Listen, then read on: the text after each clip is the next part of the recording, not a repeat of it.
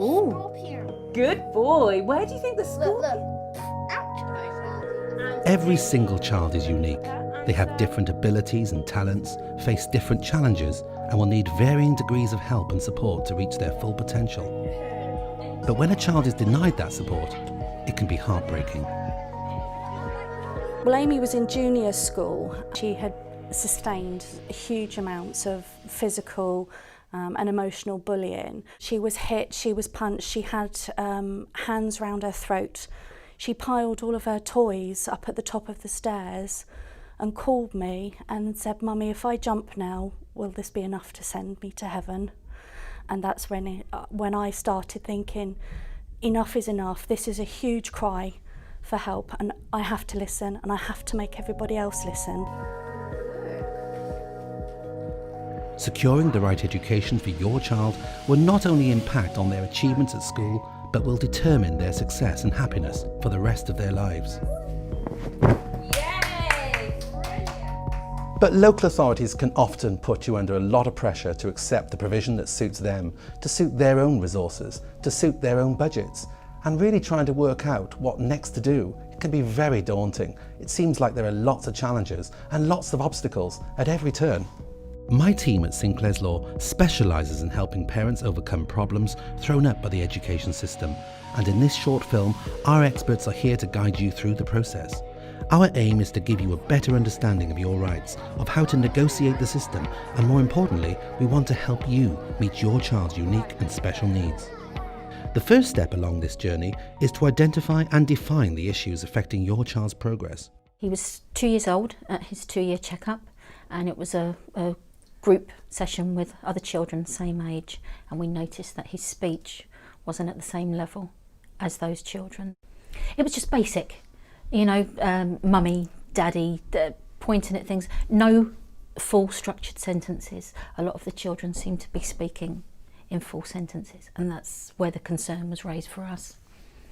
So what are the signs to look out for? Vida has some expert advice.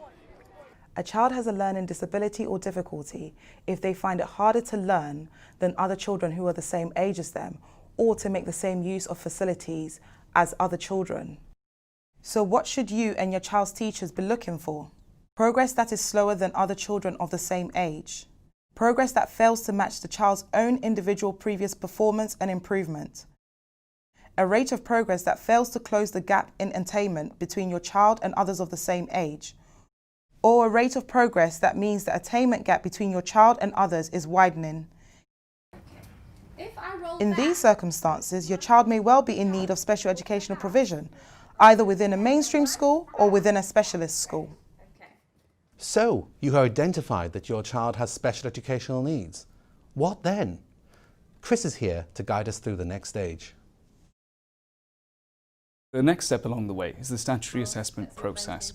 If the local education authority decide to proceed with an assessment, they must seek immediate advice from the child, their parents, as well as the local authority's educational, medical and social services, as well as any other agency that it considers relevant. Experts will be brought in to assess your child and give a comprehensive overview of their needs. These may include educational psychologists, speech and language therapists, and occupational therapists. The process of obtaining this information should take about 6 weeks from the date the local authority decide to proceed with the assessment. The local authority should tell you within 4 weeks of receiving this information whether or not they will proceed to make a statement. But in many instances, getting that assessment done at all can be a battle. It took Liz many years to persuade her local authority to assess her daughter Amy. She was born at 26 weeks, and she was born weighing 800 grams. And shortly after she was born, she had a big bleed into her brain. She was sent home originally to die.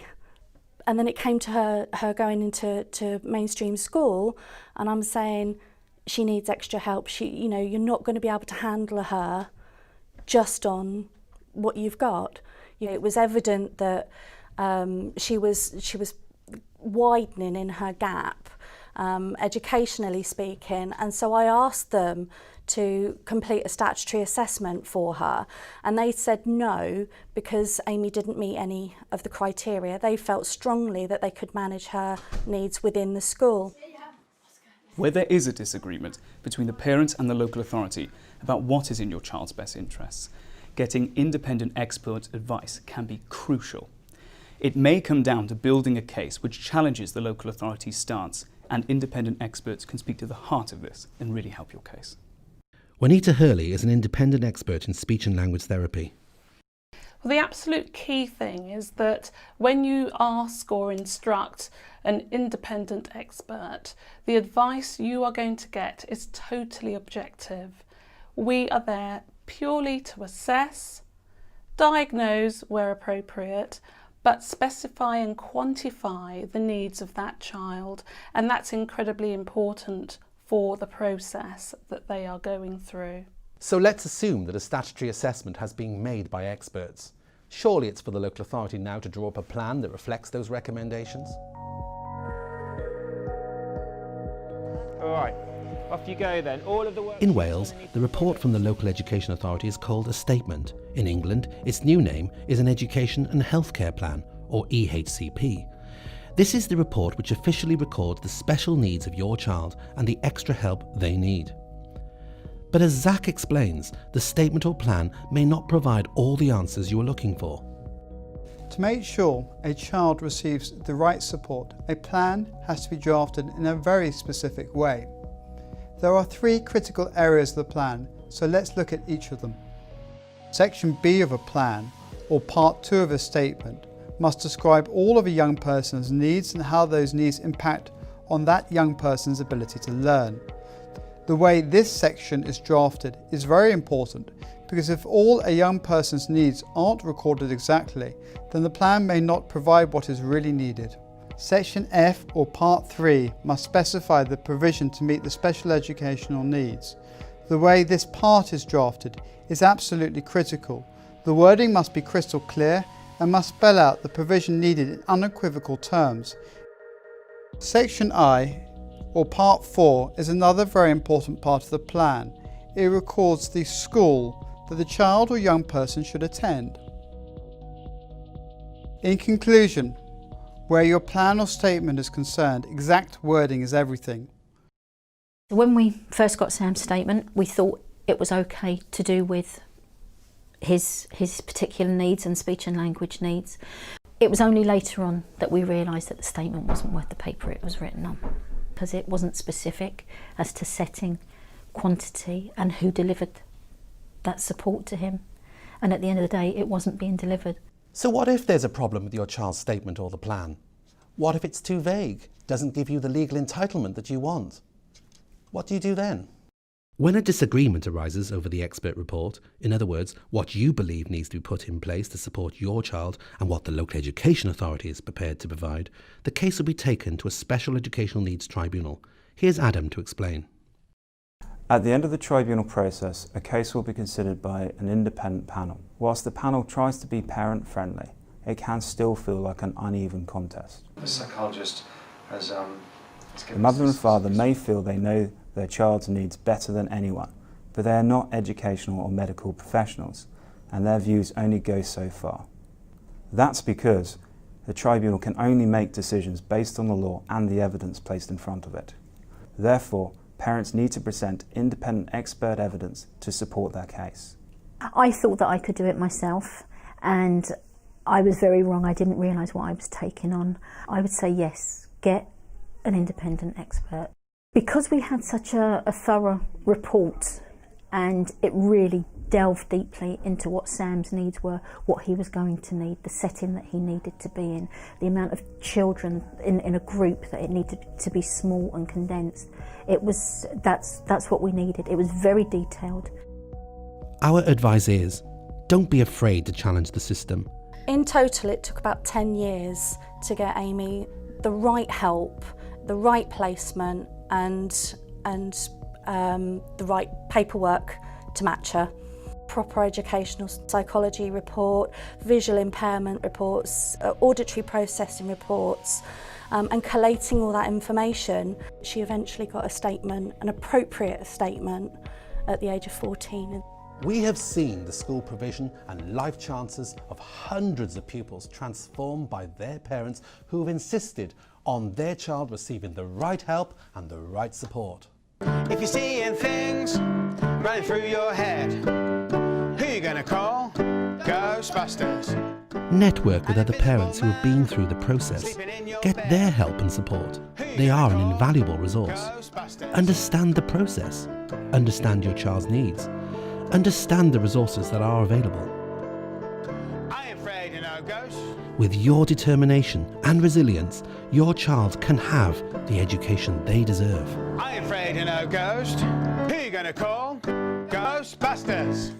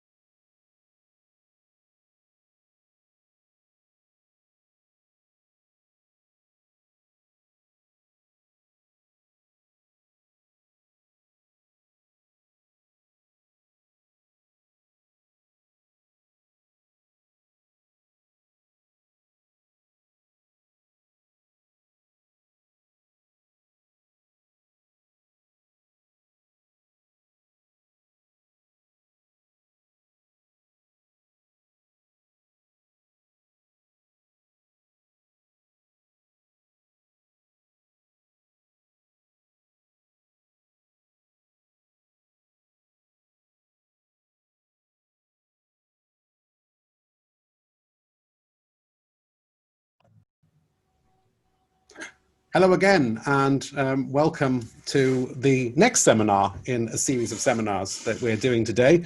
And this seminar is on the Special Educational Needs and Disability Tribunal, what to expect and how to prepare.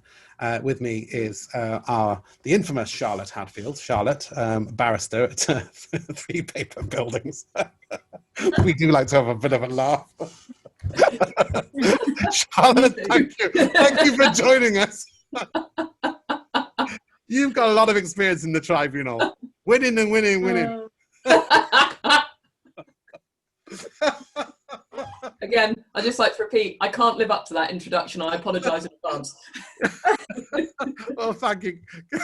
Thank you, Charlotte. Nice to see you.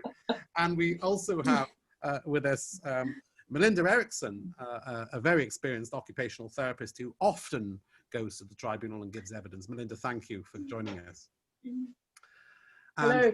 And also we have a senior lawyer, Christopher McFarland, who's based at our Cardiff office, although does represent many people across not just Wales, but across England too. Chris, hello, thanks for joining us. Hello, thank you very much for having me. Well, today's presentation is on the preparation and what to expect in the Special Education Needs and Disability Tribunal. And just to give you a short overview, parents have a right of appeal to a tribunal in certain circumstances, and they can appeal the decision not to undertake a needs assessment. We talked about needs assessments earlier today. They can appeal the decision following a needs assessment as to whether or not there should be a statement of special educational needs or an education healthcare plan. I talk about statements because that applies in Wales, and education healthcare plans apply in England. And where an education plan is maintained, a parent can appeal in relation to its contents. And of course, we talked about the contents of the plan, and we talked about that earlier. But that will include the description of the special educational needs, the provision required to meet those needs, and of course, the placement. And you also appeal the decision not to secure a reassessment, and that might arise in certain circumstances, more often, I think, arising from annual reviews, which might call for this, where a child, let's say, is placed in a school not really getting on that well, or a decision you can apply for to not secure an amendment to the plan, the education healthcare plan. And I must draw a distinction, because you can't appeal that in Wales, because you can appeal an annual review decision in England, but not in Wales at the moment. But Chris, that's going to change, isn't it? Yes, it is. And you can also appeal, of course, the decision to cease to maintain an education healthcare plan or a statement of special educational needs. Melinda, what do you think we can expect when you come along and you face this tribunal when you're arguing about provision, let's say, in your plan? What can you expect? I think the thing I come across most often is that the OT on the other side, from the local authority, we generally identify the same needs. We do similar assessments, and we've seen the same child.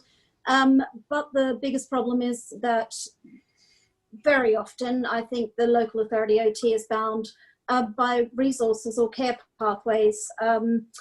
And the provision that we recommend is very often miles apart, and we could be talking 50, even 60 or 70 hours difference a year. So it's all about just ensuring that I don't like to make compromises and meet anywhere in the middle. My objective is to get the child's needs met. So just ensuring that your expert, whatever field they're in, has that knowledge to provide an evidence-based argument to get the children's needs met.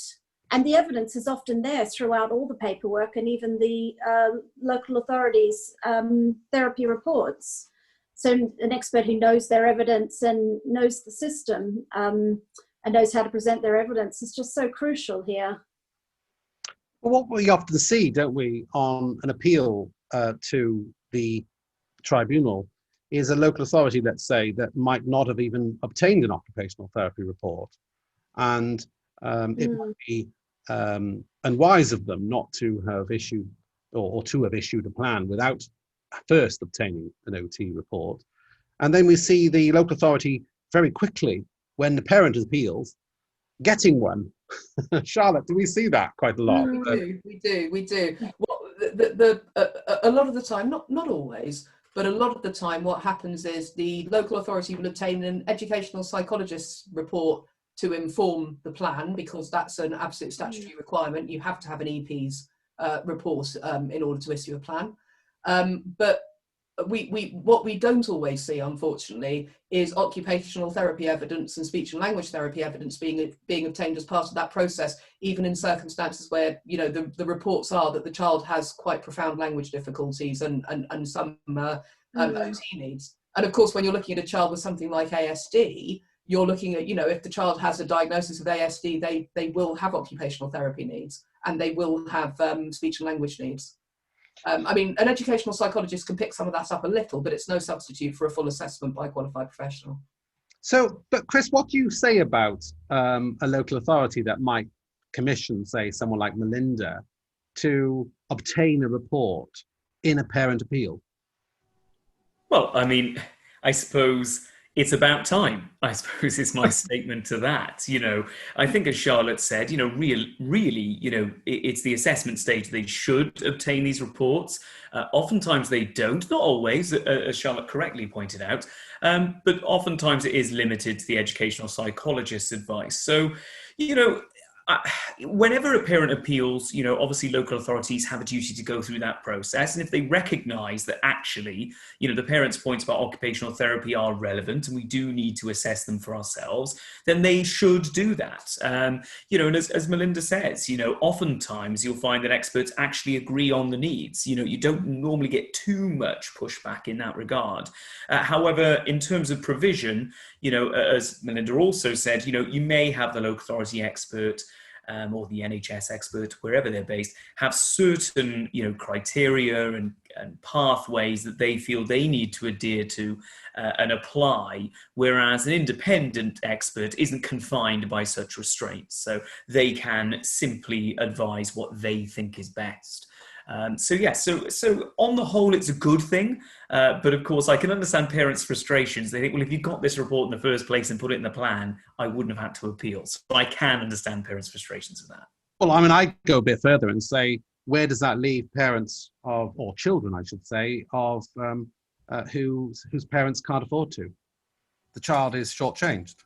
Well, I think it's important to bear in mind as well that the SEN Tribunal, although of course you're quite right, Mike, I mean, I don't think it's a process that I think any parent would really want to go through that legal advice unless they felt they truly had to and they just did not have resources. I mean, as we've discussed, there is legal aid available for those who qualify. Unfortunately, that is a very small number of people because the financial eligibility criteria is very low. But for those who are on, you know, universal credit, you know, they can obtain that advice and support. So that is some help. For those who fall, I suppose, in the middle, so perhaps they don't necessarily have the resources to bring the case with legal representation from their own resources, and they don't sadly qualify for legal aid as well, you know, they may be faced with the prospect of taking the case forward themselves. And, you know, I can understand how daunting that is. But I think what is very important to remember is, you know, it is meant to be an as accessible process as possible.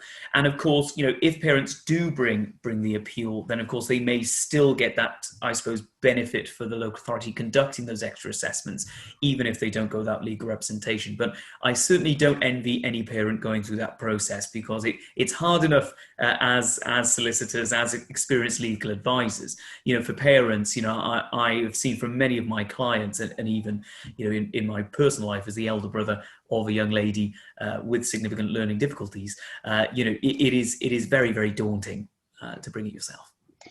But of course, you have a child, let's say, who has an education plan, and that child, let's say, cannot cope with the busy mainstream environment because it's just too overwhelming for them.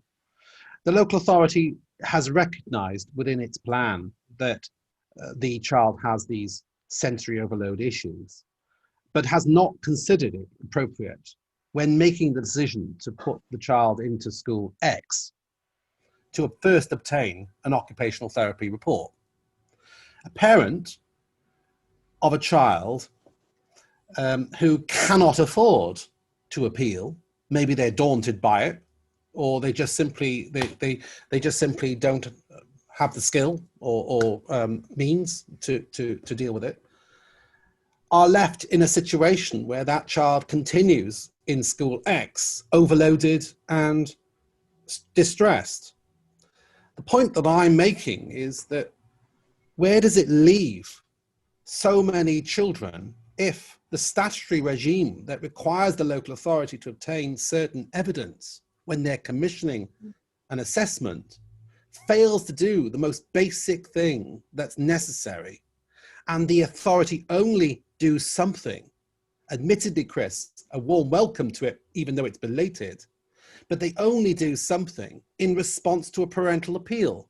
Charlotte, do you not think that that creates the idea that a local authority is somehow creating a hybrid version of being able to appeal its own decisions?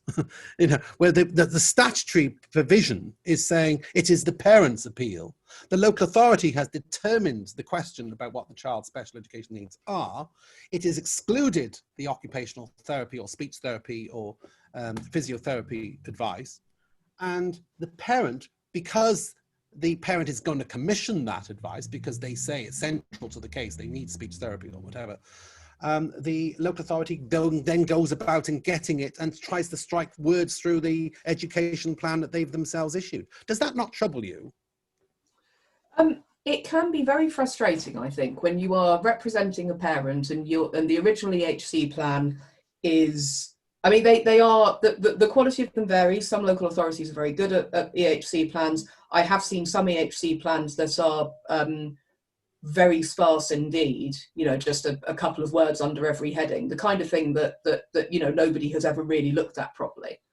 And it is extremely frustrating in those cases. It's sort of gratifying, I suppose, as a practitioner, because you come in and you're able to suggest amendments and you end up with an EHC plan that's fit for purpose. It is, however, as you say, it's immensely frustrating and saddening to think of the number of parents who, and of course ultimately the children, the young people who actually need these plans, who probably have similar plans that haven't been looked at because those parents don't have access to the kind of resources that perhaps other parents do. I agree that it is also very frustrating when you see a situation where a child is obviously going to need input from a variety of different experts because of the complexity of their needs or the nature of their condition. I talked about ASD earlier. And of course, when advising parents, you would always say you need speech and language therapy evidence, you need educational psychology evidence, and you need occupational therapy evidence. It is very frustrating in circumstances where you only have a third of the picture at best at the start of the appeal. And it is, I know that it is galling to parents when the local authority suddenly produces a mirror sort of battalion of experts to match the experts that the parents have gone off to consult because that evidence just wasn't there before. In terms of what one can do about it procedurally, I mean, this is a point that you and I have run in tribunals previously, where we've said to the tribunal, why is the local, particularly where the local authority is asking for an extension of a deadline that's been set, why is the local authority being given extra time to produce this evidence that really should have informed its needs assessment in the first place? The problem, I think, is that the tribunal process is separate from the statutory process, and the tribunal, I think, because it's inquisitorial, just, it wants to get all the best information it can about the child. And I don't know about you, Mike, but my experience is that the tribunal sees the frustration of it, is aware that this evidence should have been obtained earlier. But the problem is the tribunal also wants as much evidence as it can get about the child. And I find that leads the tribunal, generally speaking, to say, well, we will take this evidence because it's relevant and it's about the child. I agree. We end up with this highly unsatisfactory two-tier system, whereby the quality of plans depend on the vigor of the parents being able to appeal, and those that do not end up shortchanged with plans or school places that are based upon limited evidence without sight of the very important input that might be necessary from a speech therapist or occupational therapist, educational psychologist. Well, I know they always get an educational psychology opinion, but not necessarily always get an up-to-date one, of course. They rely sometimes on very older reports. And also the question I've put is that when you are looking at Regulation 6 about the kind of things that a local authority must obtain, then, you know, one being medical advice, surely that must mean relevant medical advice. That doesn't mean a generic medical advice. It means medical advice that's relevant to the condition. Well, you would think so. I mean, the difficulty, I think a lot of these problems, I think, they end up getting subsumed in the general tribunal process. And one of the nice things about the tribunal, I think, is that it's forward-looking, it's current. It says, tell me about the child now. What does the child need now? What will the child need over the coming year? And that's great, because it avoids us getting bogged down over disputes about things that mean a lot to the parties but aren't necessarily going to improve the child's position in that, you know, in this moment that we're in now. But the frustrating thing about it, I think, is it does lead for parents to a lack of closure in terms of these procedural issues and flaws, because they never really get resolved. You can't go to the High Court and judicially review one of these, because the High Court will say, well, you've got a right of appeal against the EHC plan, go and talk to the first tier tribunal about it. But then the first tier tribunal will say, well, look, we're not, to some extent rightly, I think, will say, well, look, we're not really here to rectify past wrongs and make declarations about how things should have been done previously. We've got, generally speaking, a day or 2 days to talk about this child. We're going to talk about what this child needs now.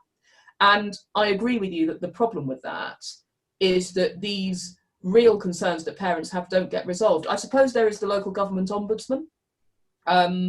That is a route of redress for parents who are unhappy about procedural issues that aren't, realistically speaking, going to get resolved in the first tier tribunal and can't be resolved in the administrative court because there's no right of judicial review where you've got a remedy in the first tier tribunal.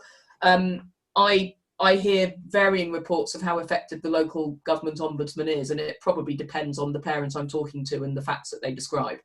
I don't know. I'd be interested in a way to see what you guys, what you and Chris think about the local government ombudsman, but that I suppose is the only other remedy where you can just say, look, the local authority didn't abide with its statutory duties, but the way that it didn't abide by them doesn't leave me with anywhere to go apart from the ombudsman. Well, indeed, apart from maybe, Chris, an application for costs. No, you're on mute. You've muted yourself. Apologies, I have a very young man here of 5 years old who was very keen to join the seminar. I think he has a really good point about the local government ombudsman. He's just good. Well, bring him on. Bring him on. No, I mean, I totally agree with everything, you know, Charlotte said there, and really what you say, Mike, you know, and it really is those parents, I think, that fall in the middle, you know, those who perhaps don't have the resources to get the legal advice, to commission their own reports and go to tribunal with all that support, you know, and they aren't, you know, under that threshold for legal aid. You know, it's really, really tough. I mean, in terms of, you know, what you can do, I think it is important to recognize that you can get occupational therapy support and sometimes even speech and language therapy support through your GP. Again, much like Charlotte said, it's a very imperfect route compared to something more direct as getting an independent report. Or even going through the tribunal process and asking for a direction. Now, this is something I have seen in a case recently where, you know, parents came along and asked the tribunal to direct the local authority to get these reports. Now, that's, I think, a potential way around it, actually, because, you know, you're quite right. You can't always compel the local authority to do things, even though it should.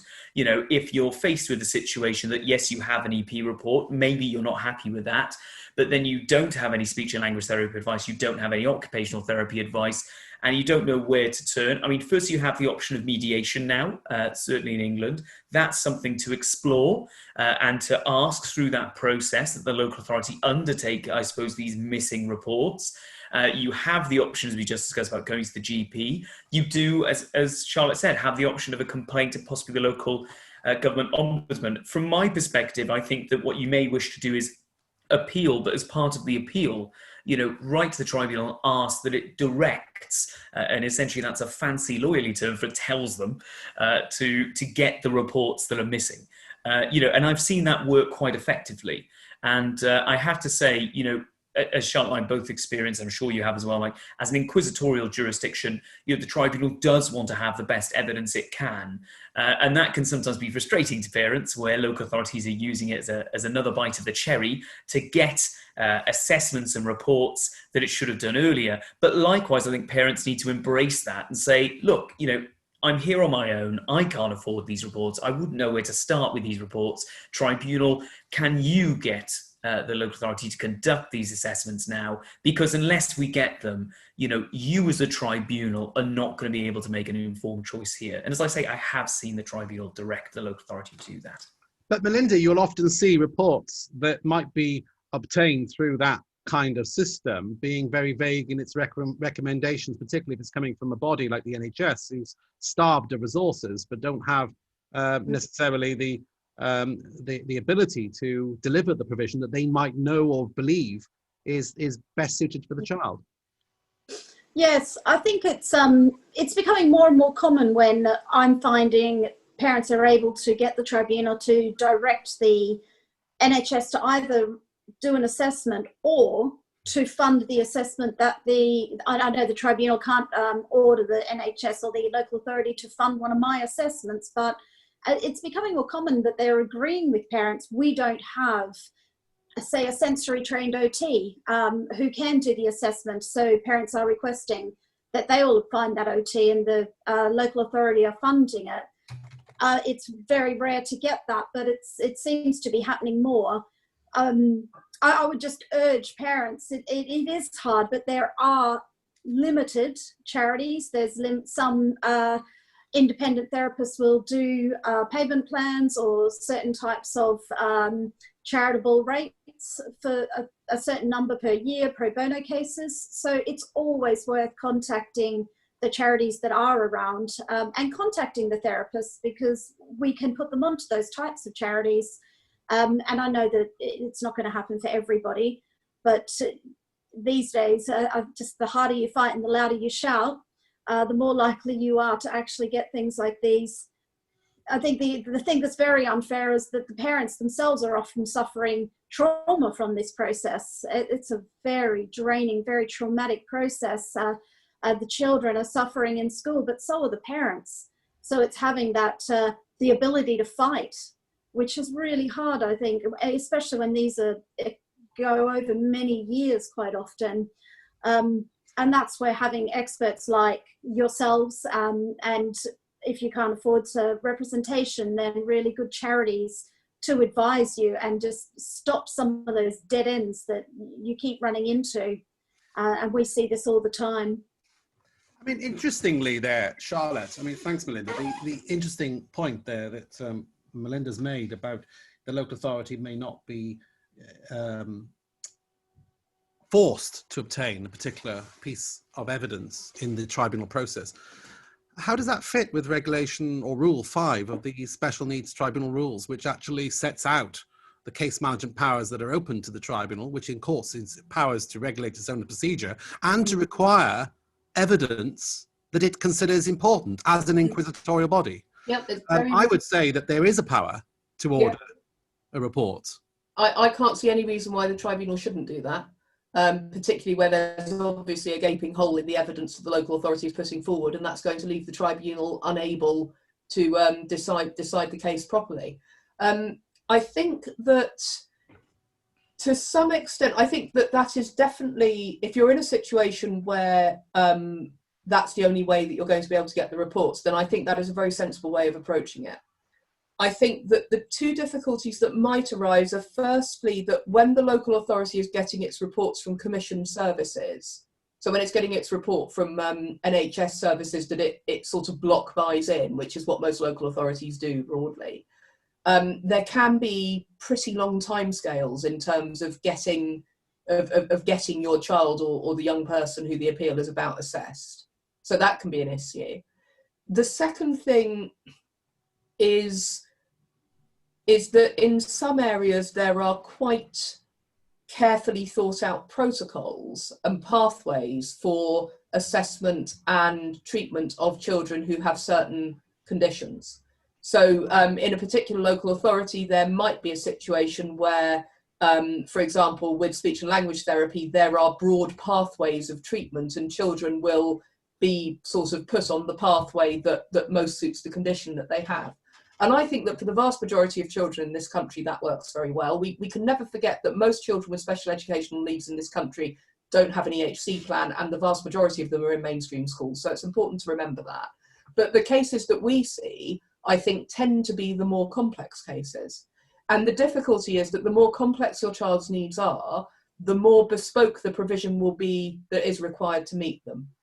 And so I think when you're in a situation where you're saying to the tribunal, please order reports from the local authority, I think it's good to ask some questions about how they rationalise their provision and whether there is a sort of pathway system or protocol for them. Because in some cases, your child might just be one of the minority in the country that a pathway isn't right for, and they need a more bespoke package of care that perhaps can't be provided in mainstream school, possibly can't even be provided in most special schools.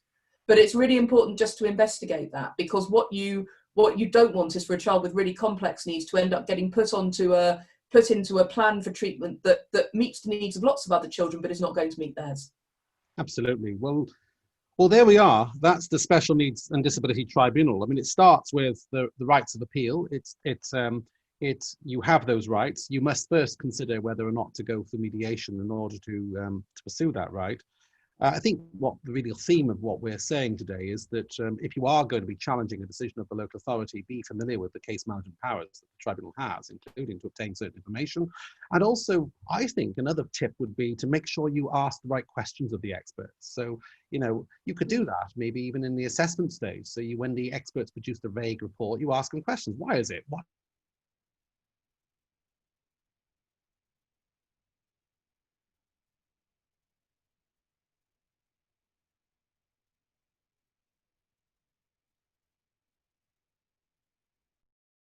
We're seeing that more people really are going to need to have the expertise available to them, the instruction of your own experts. You're going to be, it's a David and Goliath situation, I do understand that, and you'll be facing local authorities that will be armed to the teeth with all these experts, and you may have to obtain your own evidence to match that, or else ask the right questions, or else prepare the right answers, ask for the right orders in the tribunal process, and then you get to this inquisitorial forum before a tribunal that generally comprises of a judge and some wing members who will have a discussion with you. It's quite informal, and ultimately will make the decision having considered the views of all of those who will be present. You will only have in Wales, I think it's 2 witnesses and 3 in England.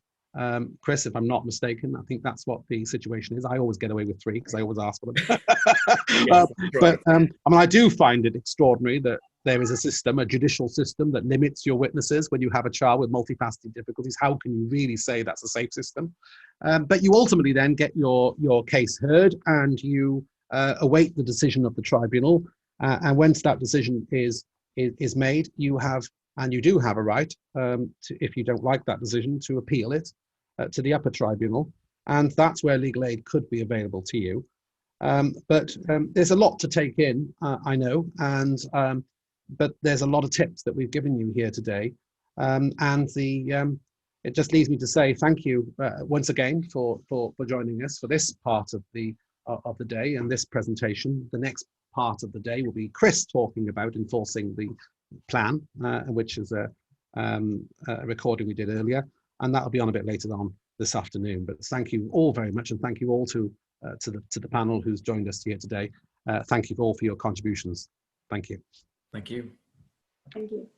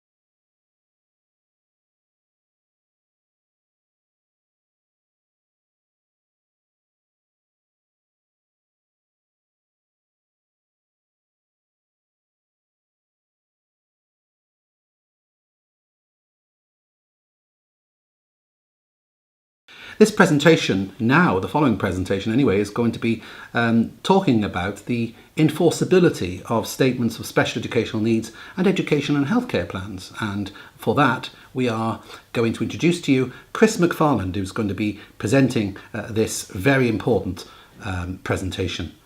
Chris, hello, how are you? Hi Mike, lovely to be here. And getting through and succeeding in getting your statement and getting your education healthcare plan is a great delight.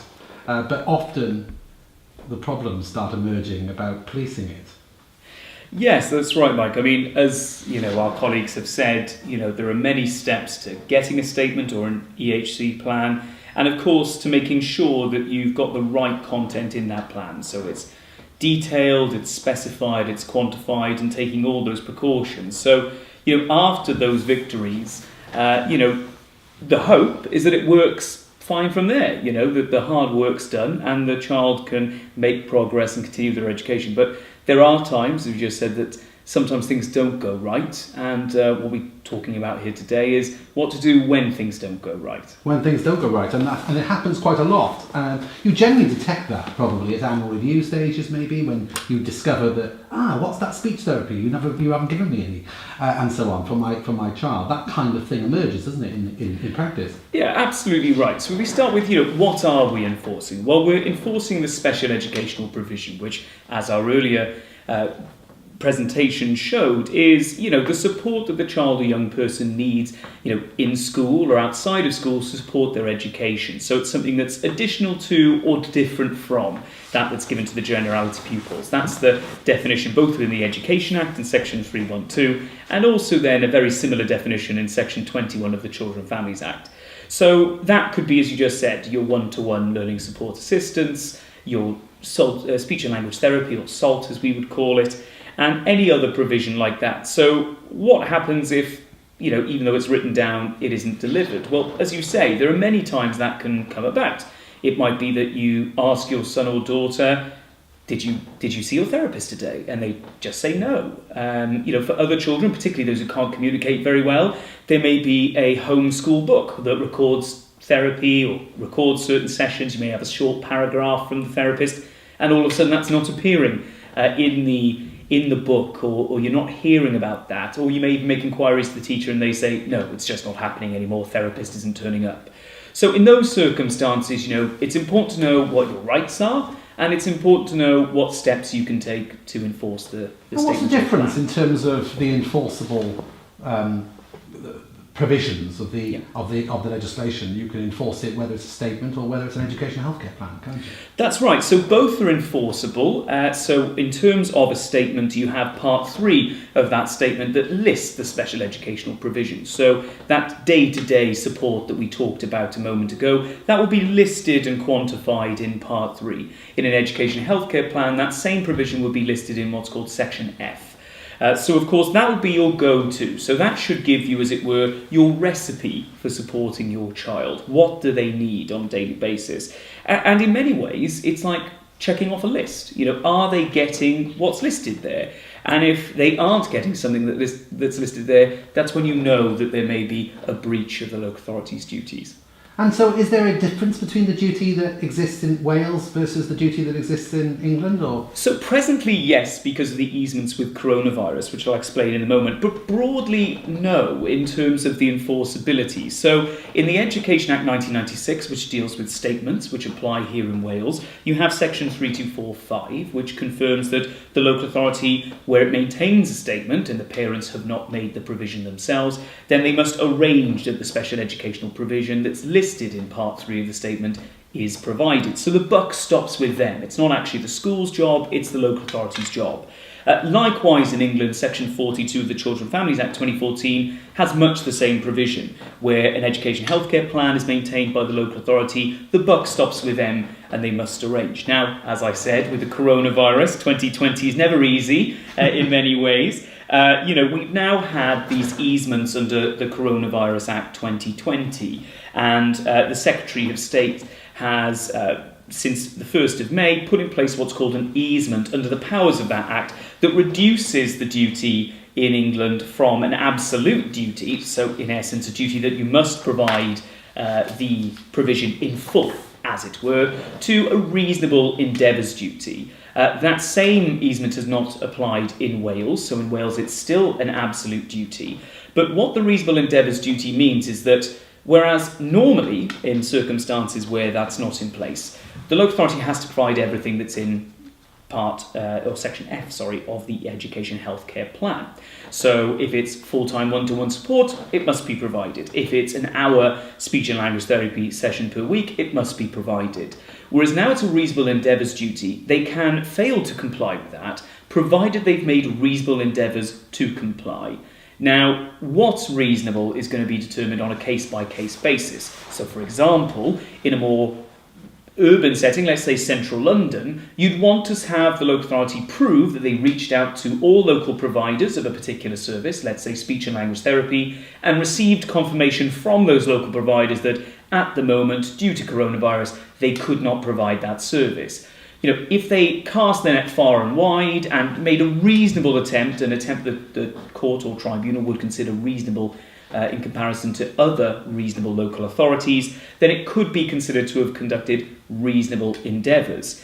For a more rural setting, that net may not be as wide. It may only be there's only a handful of providers. So let's say in central London, you'd perhaps expect a provider to reach out to 10 or more providers. In a rural setting, there may only be 4 providers. So the duty is going to change depending on the circumstances. And the reality of the situation is that the local authority must explain why. So it's not just a white flag to say, oh, we've done our reasonable endeavours, don't worry about it, we can't comply. They have to give you a reason. So they have to say, what did we do? Why didn't it work? What alternatives did we consider? And why can't those work? And that's when we can analyse whether they've fulfilled that duty. But unfortunately, ultimately, it's going to come down to a dispute, isn't it? Between what you say is reasonable and what they say is reasonable. Well, absolutely right. And that's why parents will need advice and support about that. What's the distinction, do you think, between the legislation that you see in other areas where the duty is to use your best endeavours with simply reasonable endeavours?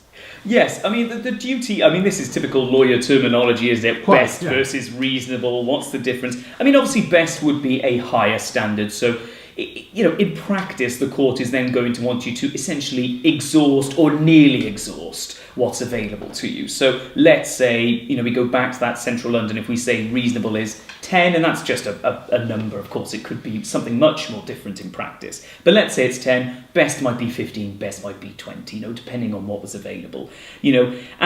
But the reality of the situation is that, and this is the most important thing I think for parents to understand, is the local authority must be able to explain what it's done and why it's not working. It isn't just an excuse. Would you say that perhaps one way of looking at it is that a reasonable endeavour would be to look at, in the case of, say, speech therapy, what's available in the local health service, whereas best endeavours might include what's available in the private service too? You see, I would probably say reasonable would include private service, but again, that's where we come to the lawyerly definitions of things. You know, my definition of reasonable is, well, you know, the health service is your first port of call. I think it's reasonable to have a second or third option for reasonable endeavours.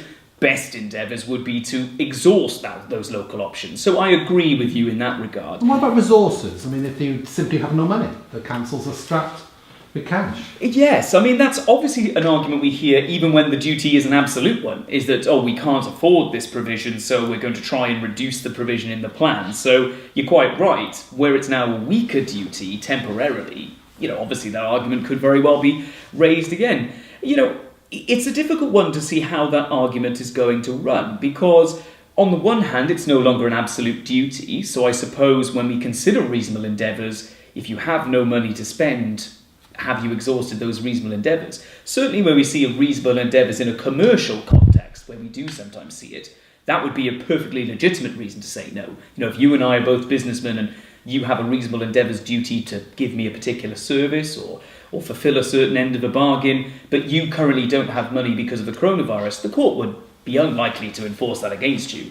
But in the public law sphere, it is a little different, and we have to recognise that these are children or young people who, you know, really do need this provision. So the court is likely to balance those two matters, and to recognise, of course, that, this is a temporary easement as well. So yes, funding could play a part. I think it'd be wrong to say it wouldn't, but I don't think it would be determinative. I think the better thing that a local authority is going to need to do is demonstrate that it has cast the net as wide as it can. It's tried to get this provision and for whatever reason can't. One thing I would say in cost is, if perhaps in normal circumstances paying for something is, and again to use a round figure, £10,000, and yet it would be £50,000 to comply for the next month because services are charging much more because of coronavirus, then yes, you're quite right. Perhaps then they would say, look, that's beyond the pale from our perspective. But it is so different because each circumstance is going to be so unique. And that's the problem with these slightly vague duties, is that you're never certain when something is absolutely enforceable or it's absolutely not enforceable. Well, that's, I think, the problem, isn't it? Because ultimately, if there's a dispute between, you said lawyers. I mean, yes. If I was for the local authority, I would say I've done enough. You would say I haven't. Of course. Ultimately, does that mean that enforcing plans is all about really being prepared to go to a court?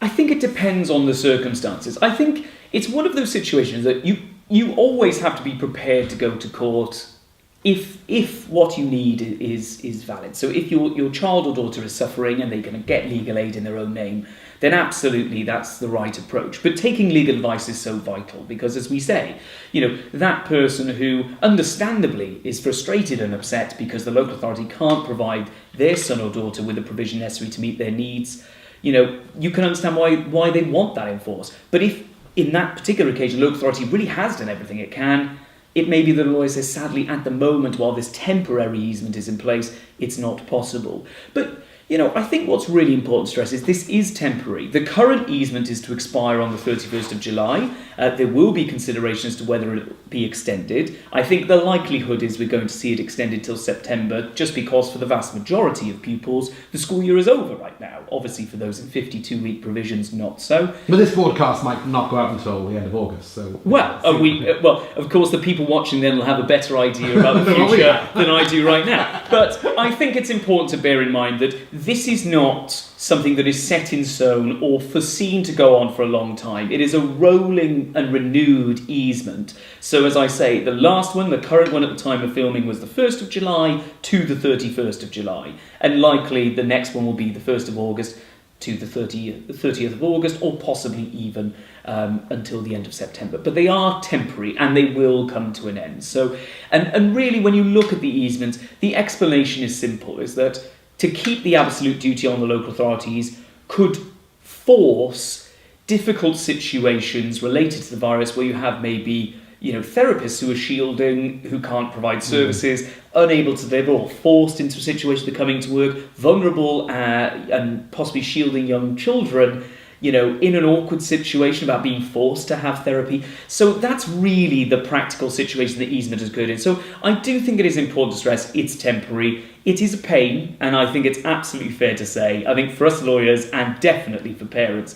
But I think on the whole, in my experience with my cases, enforcement at this time has not been too bad. There's been certainly some occasions where it hasn't gone right and we have had to take steps. But broadly, I think, most of the time, people are working together to find the solution. But in normal circumstances, I mean, in Wales, for example, of course, there isn't this easement. No, so, I mean, again, I think this is an oversight by the Welsh Government, because I don't think they're doing anyone really any favours at the moment, because as we say, there are genuinely people who can't deliver this provision because they're shielding. Maybe because most of the schools are closed. Well, and because schools are closed, or they're not open full time. So it puts, in a way, the local authority in a difficult position. But as I say, there is a pragmatic element to it. If you as a parent, are concerned about your child going to school at the moment, or you're happy for them to go into school for a shorter period of time, that's fine, and a lot of people are in that situation. For those who have pupils or children whose needs can't be met at home, and they do need to go to school more regularly for their own needs or to give the family respite,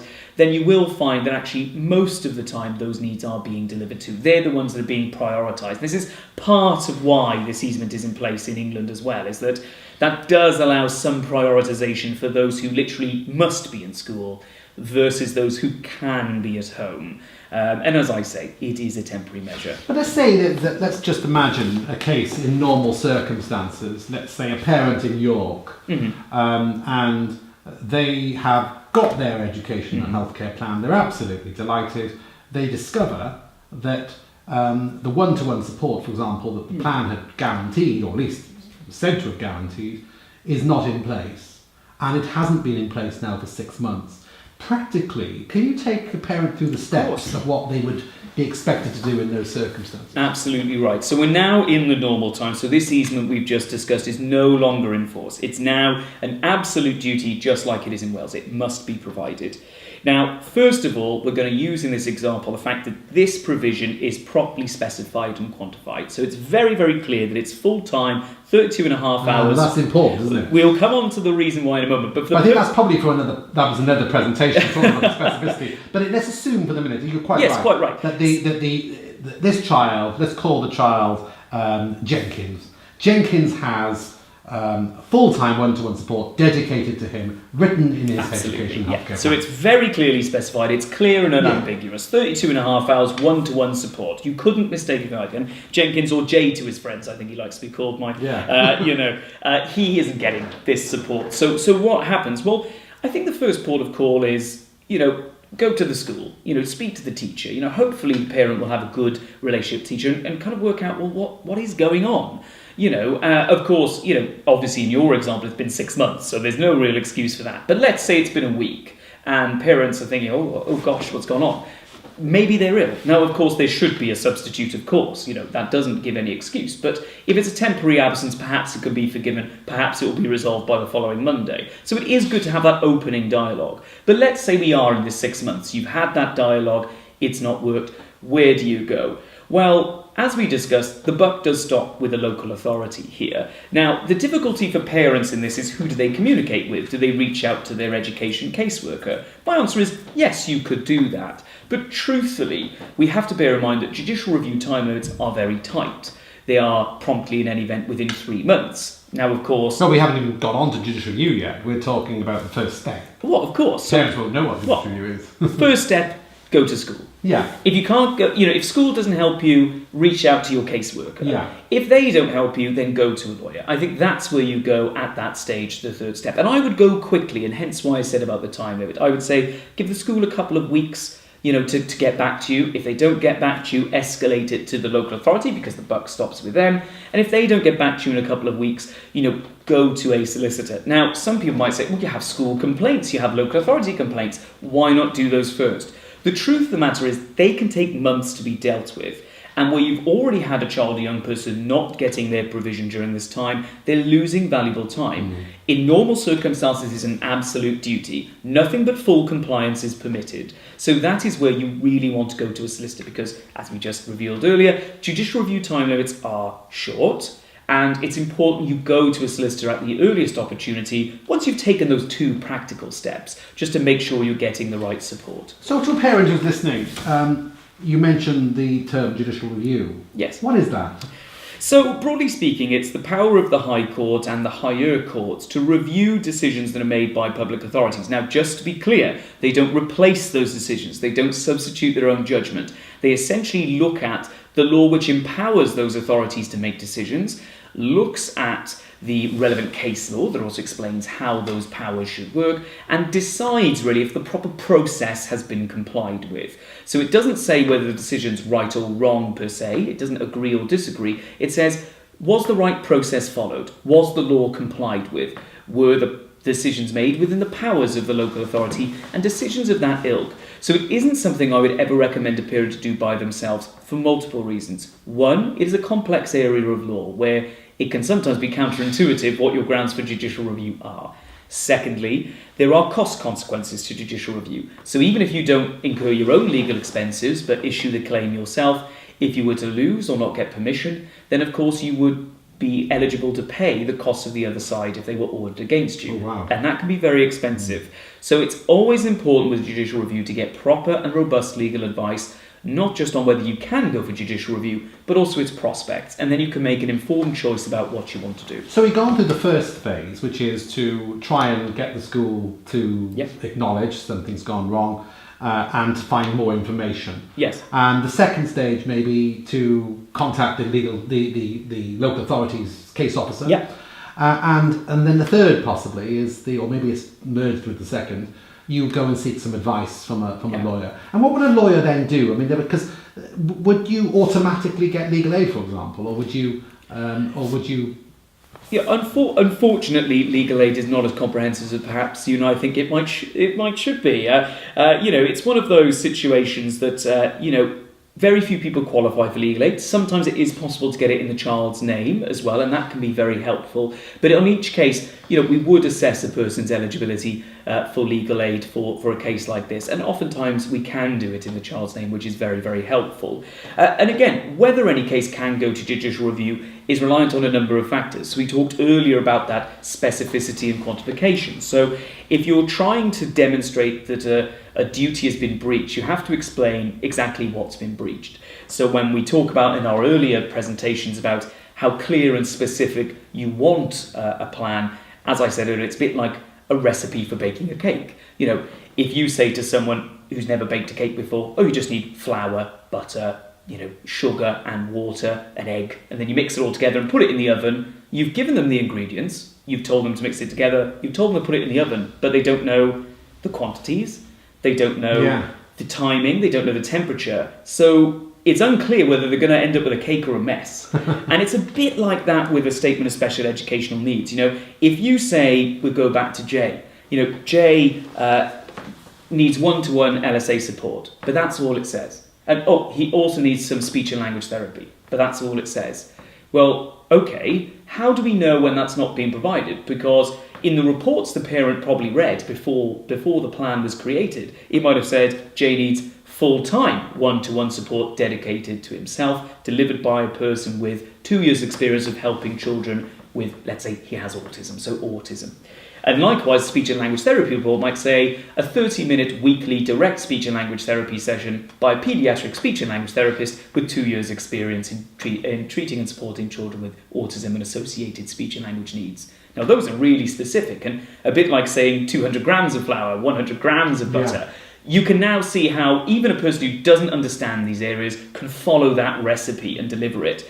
So when it comes to enforcement, it's much the same way. When you're asking the court to deliver something or you're trying to prove that the local authority haven't done it, having that specificity written into the plan is vital, because if we go back to that vague statement, so Jay requires one-to-one LSA support. Well, we think that should be full-time one-to-one, and we look at the report and it should say full-time one-to-one, but that's not what the plan or the statement says.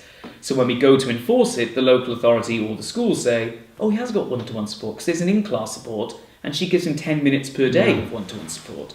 So he gets LSA support for one-to-one, but we say 10 minutes, and the reality is it's 32.5 hours per week, and all of a sudden there's this huge gap in between the understanding. Likewise with speech and language therapy. They say, oh, he gets it once a term, whereas we need it once a week. So having that specificity not only is better to make sure that it's followed by the school and by the local authority, but it's also better for enforcement, because you need to explain to the court what it has to order and why what's being provided is not in the plan. So the more specific it is, the easier it is to order. And that's where a lawyer does need to analyse the situation, because if your statement is very vague, there is a risk that, as we said earlier, if they're providing that 15 minutes one-to-one support and it just says some one-to-one support, is that enough?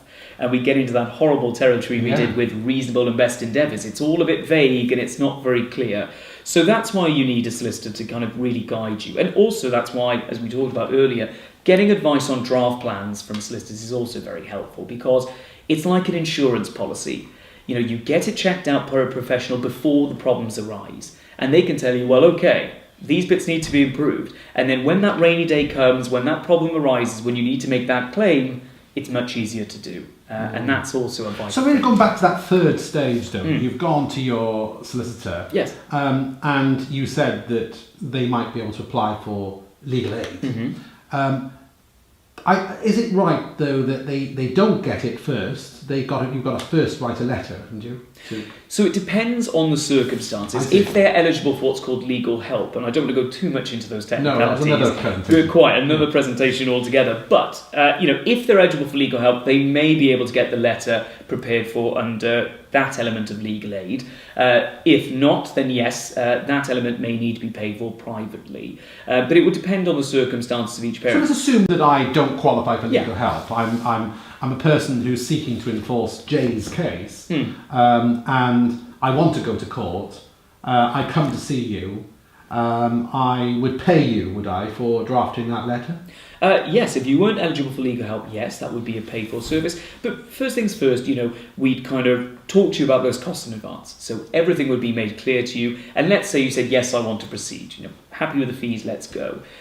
Then we would sit down and we'd take the education healthcare plan or the statement and we'd review it. And we'd talk to you about which parts of that plan... assess the strength of the case. Absolutely. And what wasn't being delivered is critical. So and let's assume you've established that point. Yes. You've established that and I'm happy to pay you for whatever it takes to write that letter. Would I be able to qualify for legal aid then? Again, it would depend on your circumstances, but again, potentially, it may be at that stage we look at bringing it in the child's name. Again, it's very difficult to generalise because each person's circumstance is so different, but it may be possible. And again, that's why getting each individual case assessed is so important. But in relation to the procedure, yes, leaving aside cost and access of legal aid, the procedure would require you first to write a letter. That's right. So we have what's called the pre-action protocol letter before claim. So in the pre-action protocol for judicial review, you're expected to give a local authority 14 days to answer a letter before claim. Well, if it's urgent? If it's urgent, it can be shorter. And again, we have to look at what urgency is. So, in the context of provision, normally 14 days is reasonable because it's not normally a life or death situation at that stage. However, if, let's say, we're talking about exam adjustments and you've got 14 days to the exam, then obviously the matter will be much more urgent because you can't, go to an exam without your support and expect to pass.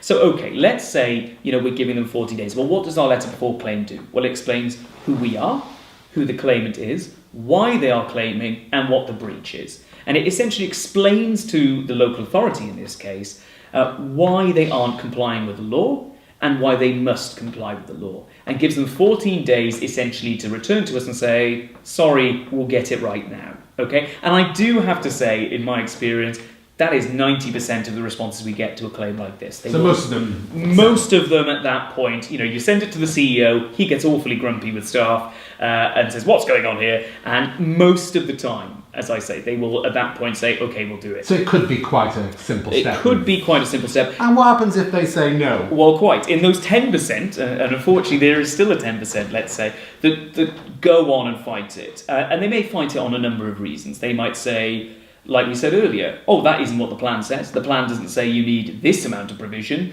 We think what we're giving is enough and complies. Or it could be some other argument. We've seen some nonsense arguments in our time. But nonetheless, they're saying no. Well, what happens then? Well, then that's at the point where you really do need to think about issuing. And if you have the means to do so, or if you have legal aid to support you, what would happen then is we would usually instruct a barrister to what's called settled grounds for judicial review. So that would be then a document that explains to the court why we're going and what we want the court to do.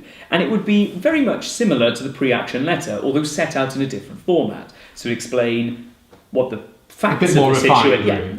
It depends on how well the solicitor's written the letter, I suppose. I mean, I'm sure for mine it's perfect. I'm sure. It's actually a little more crass, the grounds, I'm sure. But no, you're quite right. I mean, it will have very formalised language. It will be written in a way to courts will be very respectful. But it will broadly set out the facts of the situation. So what the problem actually is in factual terms. Jay's not getting his 1-to-1. The EHCP says full-time 1-to-1. He's getting 2 hours 1-to-1. That's not full-time. Then it will go on to explain the legal duties. So we're in England here for Jay. So section 42, when we don't have the Coronavirus Act, means that it must be arranged. It's not being arranged. It's a simple and clear error. Accordingly, the court must order, through what's called a mandatory order, the local authority to do its job and to arrange it. But judicial review is not quite as simple as that, is it? I mean, there are problems. I mean, one being that you could be met with an argument that you should have resolved this elsewhere. Absolutely right. So judicial review, like all court claims, is tended to be considered a kind of solution of last resort. But it's always dependent on the facts of the case, because you may have local authorities say that the local, the complaint system or local government ombudsman, can deal with this. But it depends on the circumstances, because unlike judicial review, those services don't provide interim relief. So they don't. So the court can say, well, we're going to have an interim order that this is provided, and then we'll decide it later. Now, it depends on what's happening in the case, because in enforcement proceedings, that's not always what happens. But it's certainly in cessation proceedings or something like that. They might order that something continues and doesn't stop whilst they're making their decision. Local government ombudsman won't do that. It doesn't have the power to do that. Likewise, the complaints procedure. You mean a local authority that serves notice to cease to maintain the statement? That's quite. But let's say they do that wrong, or they're trying to stop something. So let's say they've given you advance notice they're not going to comply with an education healthcare plan. At that stage, they're going to say in 2 weeks' time we're just going to stop providing this one-to-one. Then you could go for interim relief because they're giving you advance notice. To start something up, it can work slightly differently. But again, it's all about the particular cases, the urgency of the situation. Generally speaking, I would say judicial review is the right avenue here, and I don't really agree that complaints procedures work well in these circumstances, because ultimately you've given them a pre-action letter, you've given them 14 days to respond. If they're telling you they're not going to do it, you may want to consider complaints, but complaints at local authorities take usually at least a month, but in practice normally about 3 months. And sometimes when you go to the second stage, you're looking at 6 to 8 months. And then when you look at local government ombudsman stage, it could be a year, 18 months, a very, very long time. By which time he's left school. By which time this child is without their provision. And we do need to remember, it is an absolute duty. So full compliance or nothing, really. Do you think that, some listeners, what the viewers will probably think, well, that seems reasonably painless. I mean, you've gone to your lawyer, he's assessed your case, he's put in some papers. You don't need to go to court necessarily, even the barristers do or the solicitors do. But there are risks, are there not? Absolutely right. And that's, again, what we talk to with all of our clients when they're considering judicial review. So if they're eligible for legal aid, we will explain, the parameters of legal aid protection against costs, which is not absolute. But it does provide some protection. When you say cost, do you mean your costs or the other side's cost? Both. So, Of course, so for legal aid, generally speaking, once you're assessed, it's determined whether you need to make what's called a contribution to your legal fees. Now, that won't be to us, that'll be to the legal aid agency, and essentially you will make a part contribution and they will pay the rest of your costs. And that way you're insulated from your own costs. Equally, if you lose, you also get enhanced cost protection from the other side.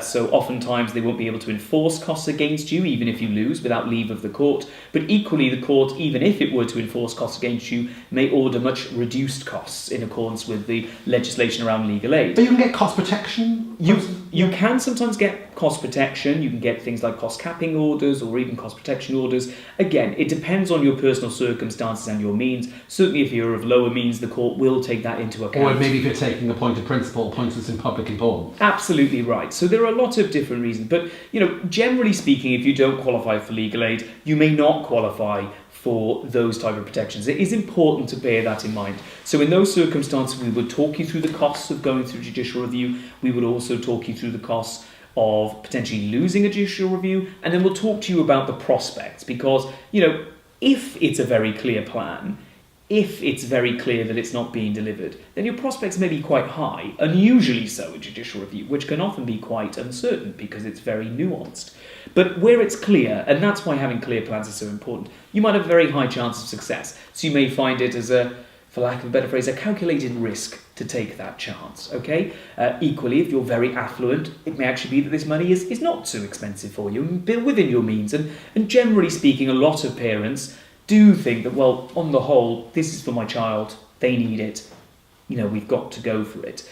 And of course, there are different stages to judicial review. So after you put in those grounds of appeal, grounds for judicial review, so neatly drafted by counsel, as we just said, in that lovely flowery language they enjoy so much, you then go on to the permission stage. Now, I see, there's 2 phases. There are 2 phases. So unlike other court cases, you require the court's permission to bring a judicial review. Now, this stage is a simple one. The court will look at your papers and will generally then look at the other side, so here the local authorities, summary grounds of resistance. So this is where they come back and say, are they even going to try and resist the claim? Now again, they might concede at that stage, and we'll go on to what happens in a minute if that happens. Or they might say, no, as we said in our pre-action response, they're wrong, we're right, and we're going to fight this tooth and nail.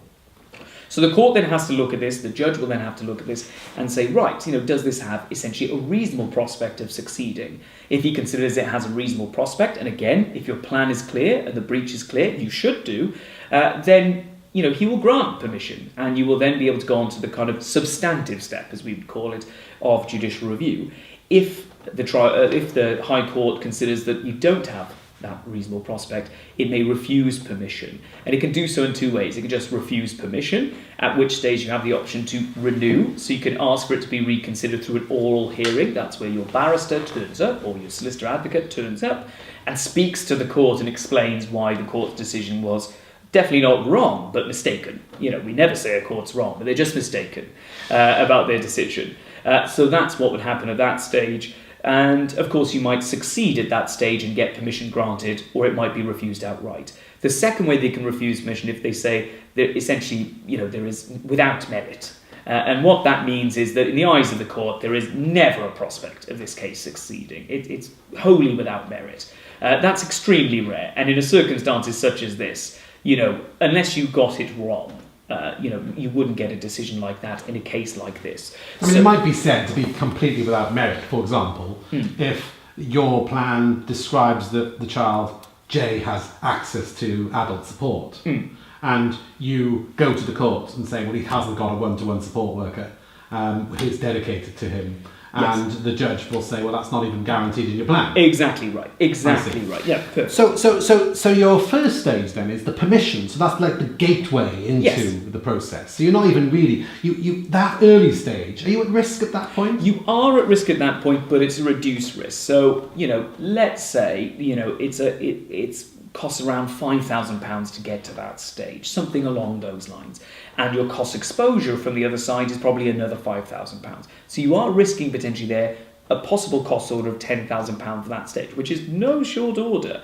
But compared to the substantive stage, which will come much later, sometimes 6 to 8 months, sometimes even a year later than the permission stage, which will normally take around 2 to 3 months in usual circumstances, a lot more work has been done. And when a lot more work is done, costs increase. So it is important that at the permission stage you are at risk of costs, but it's also important that to bear in mind those costs are relatively limited.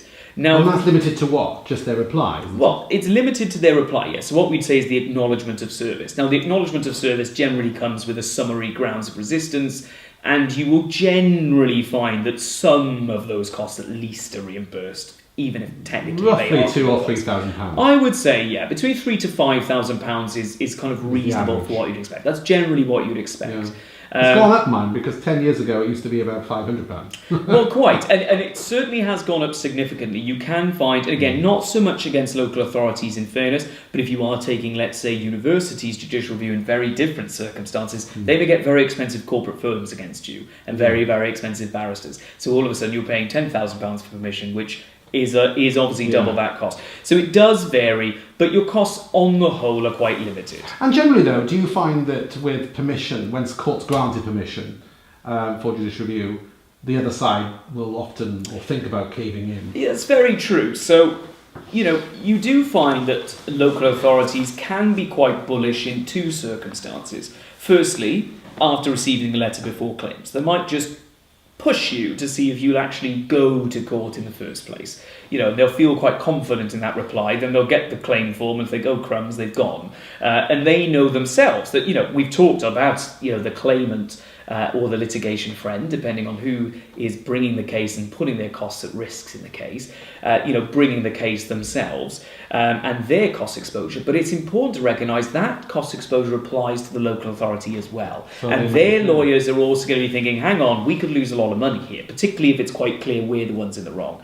So once the claim has been issued, you may find, as I said earlier, that acknowledgement of service may come with a concession. And they might try and nip it in the bud early to keep your costs to a minimum. Or equally, as you say, they might still be bullish up to permission, knowing that, we're only risking X amount of £1,000. And then after permission, realising, the court thinks this could be successful, so that makes us even more afraid we're going to lose. And if we lose at the substantive stage, we could be talking tens of thousands of pounds of costs. So all of a sudden, there's a greater incentive for them to settle at that stage. And you're quite right, Mike. That's normally where you get the vast majority of concessions. I have to say that, as we said, 90% in my experience personally, when we've got a clear breach, and that's why we're always very clear to make sure we only go for the really clear breaches. But let's say we've got a clear breach, you're very likely to get that to be successful at the pre-action And would stage. you recover your costs? Not at the pre-action stage, but if they forced us to issue proceedings, even if they claimed, they conceded the moment after receiving the claim form, you could recover the costs for preparing the claim form. So effectively there are 3 stages then. There's the pre-action stage, that's right in the Absolutely letter, right, which yeah. you say you cannot recover your costs for. That's right. The second stage is your permission stage, which you can recover costs for and also be exposed to a limited amount of costs. And the third stage is your substantive stage. Would you get all your costs back if you win on the substantive stage? So the general rule is the costs follow the results. So what that means is the winner should be entitled to at least most of their costs. Now, this is subject to court assessment. Now, it depends on the nature of your case, but, generally speaking here, you're going to be running one main ground, which is a failure to comply with either, in Wales, the Section 3245 duty, or in England, the Section 42 duty. So it's a pretty clear one-line argument. If you have multiple arguments, the court might divvy up your costs amongst those arguments. So if you had 4 arguments and you won on 3, it might limit your cost to 75%. If you had 1 on 2, 50%, so on and so forth. But here, generally speaking, you'd expect to receive most of your costs. Now, does that always mean all of your costs? Well, in theory, yes. In practice, not necessarily. That is subject to court assessment, and the court will assess, what the claim should be valued at, what your costs should be valued at, and will generally compensate will order costs accordingly. Now, there's always negotiation with the other side, and it's like anything. You will be looking to get as much of the costs and recover as much of the costs you can, but there does come a point where there are diminishing returns on that, because it will take solicitor and or barrister time to make those representations. So if you're paying someone £200 or £250 an hour to make those arguments, and you're arguing over £2,000, you've got to weigh up, are we going to get this done in 10 hours, or am I going to end up losing more money than I'm going to gain back? So it's always important to keep that open dialogue with your solicitor. So Chris, summing up, if you've got 1 more minute now of this presentation left, what would your general advice be to someone who wants to enforce their education plan or the statement of special needs? Absolutely. So firstly, be vigilant. Keep in touch with the school, make sure that the provision in the plan is being delivered. Secondly, make sure that provision is really well specified and quantified. So when we talk about that recipe, make sure you know how much provision you're going to see. Is it full-time? Is it half hour per week? What is it? How frequently is it going to take place? Is it every day, once a week, twice a term, what have you? And who is going to deliver it? Is it an LSA? Is it an LSA with experience? Is it going to be a speech and language therapist, occupational therapist? Get those ingredients down. Make it really as clear as possible. So that's vital. And then thirdly, if you do find something that's gone wrong, get into that dialogue with school early. Work out why it's going wrong. It may be there's a practical solution. It may be that there's a really easy explanation. It may be that it's solved in a meeting or 2. If that doesn't work, go straight to your local authority caseworker and write to them. Now, I'm saying if it hasn't been resolved in a couple of weeks, go to your solicitor at that stage, because it is really important that the child receives that plan. Because for many of these children, it may be that school is completely inaccessible without that support. They may become anxious, they may start to lash out and become dysregulated. There are a lot of reasons why this provision is there in the first place. So it's so important that it's delivered. So don't dawdle, but take advice early, because worst case scenario, if someone comes to me and I think they've come a little prematurely, then actually it seems as though, okay, they didn't turn up on Friday, but they were ill, no one could cover, and they confirmed they're back Monday. Yes, it's wrong, but it's a one-off, But that's the advice you're going to get, But I'd rather that than someone come to me, well, I've been bashing down the door for 8 months, 2 years, or sometimes even longer. We've had some terrible cases where people just have not had provision for years. I'd rather you come back to me in 2 weeks, than you not come to me and wait months, and then all of a sudden your child can't be in school any longer because the whole placement's broken down. So do come early. That is my golden rule. Thank you. Thank you. Well, there you have it. Thank you, Chris. That was a very informative seminar about judicial review and when you can use it and what to think about. And the main factors to think about, as you heard, is to get some advice early. I mean, it's really quite a technical area of the law, this. Get some advice early. Make sure it's from someone who knows what they're doing in judicial review, because the stakes are high. But generally, with good expert advice, you should be fine. Thank you very much.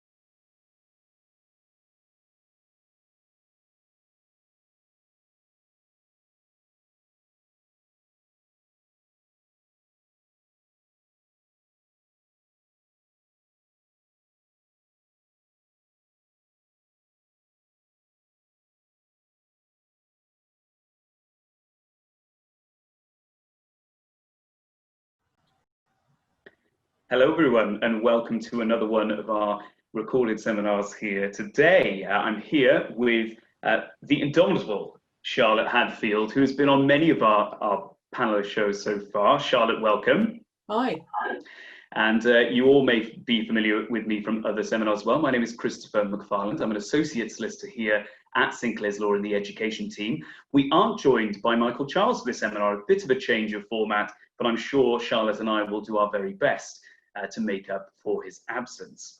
So in this seminar, we're going to be splitting this into two parts for you.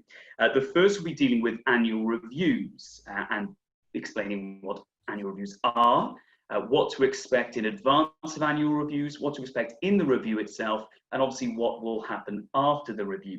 And then we'll also discuss transition, in particular post-16 transition, which is such a key stage for so many children and young people, but in particular those with SEN as well.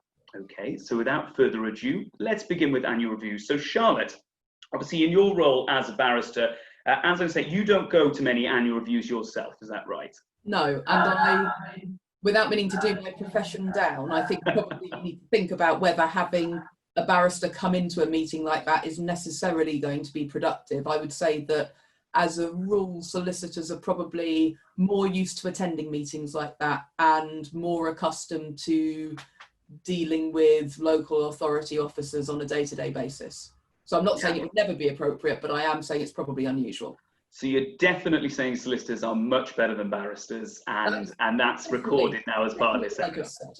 No, but you're quite right. Certainly in terms of these types of meetings, it's very much us, the solicitors, or occasionally the advocates if a person has an advocate, a non-qualified advocate, to support them. And I have been to quite a few annual reviews. So, you know, what is an annual review? Well, all local authorities that are responsible for statements or an education healthcare plan are required to undertake an annual review of that statement or plan every 12 months. So what this means in practice is they have to conduct a meeting, they have to look at all the relevant reports from the school itself, so from the child's teachers, from reports from the therapists or other specialists involved in the support and provision of that child, and then obviously, and sometimes most importantly, take the views of the child and the parents into account and determine, you know, what's working, what may be not working, and how we go about improving any problems that arise from the plan. So the actual practicalities in annual review are generally governed by the school where a child attends school, and the head teacher will usually start that process by circulating documents, seeking advice from various parties on the child or young person. So this will, from a parent's perspective, start with the parents. So they will receive documentation from the school. This will likely include up-to-date school reports and other information that's already on file from experts, and will ask the parents to provide their views on how the child is doing, and of course, you know, what their thoughts are on how provision is progressing and what's going on and what needs to happen moving forward. Similar circulation will happen to the local authority, who are of course responsible for the plan or statement, and of course it should also go to the relevant therapists or other external experts that are coming into the school to support the child or young person. So the first step for parents once they receive that notice is to look at the evidence that they have been sent by the school, and of course to also then look at what evidence they already have on file to decide, you know, how they want to respond. Now, Charlotte, you know, you are someone who is very adept at putting your views across skillfully. So what tips can you give parents, you know, as to how they should structure and prepare their response to annual review papers? So I think it's always going to depend a bit on the relationship that you have with the school and with the local authority. And it's going to depend on how pressing the issues are that you're experiencing.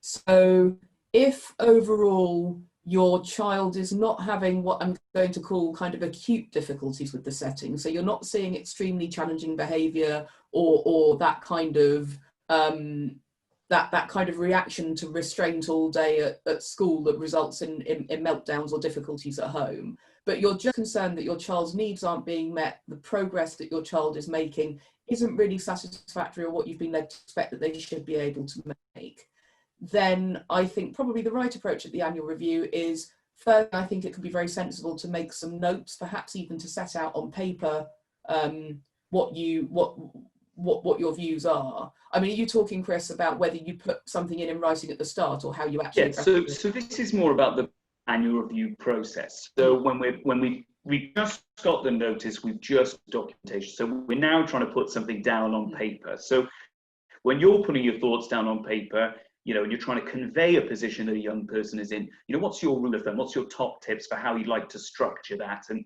how you can convey that in a clear and articulate way? So I would say, firstly, it is really important to start, I think I'd probably start by just writing down everything that I wanted to convey.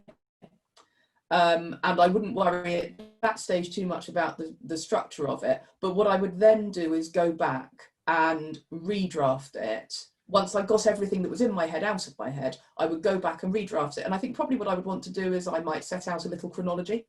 So I might identify when the child started at the school, any significant incidents that need to be referred to. So again, you know, any incidents of challenging behaviour, any particular landmarks in terms of progress, and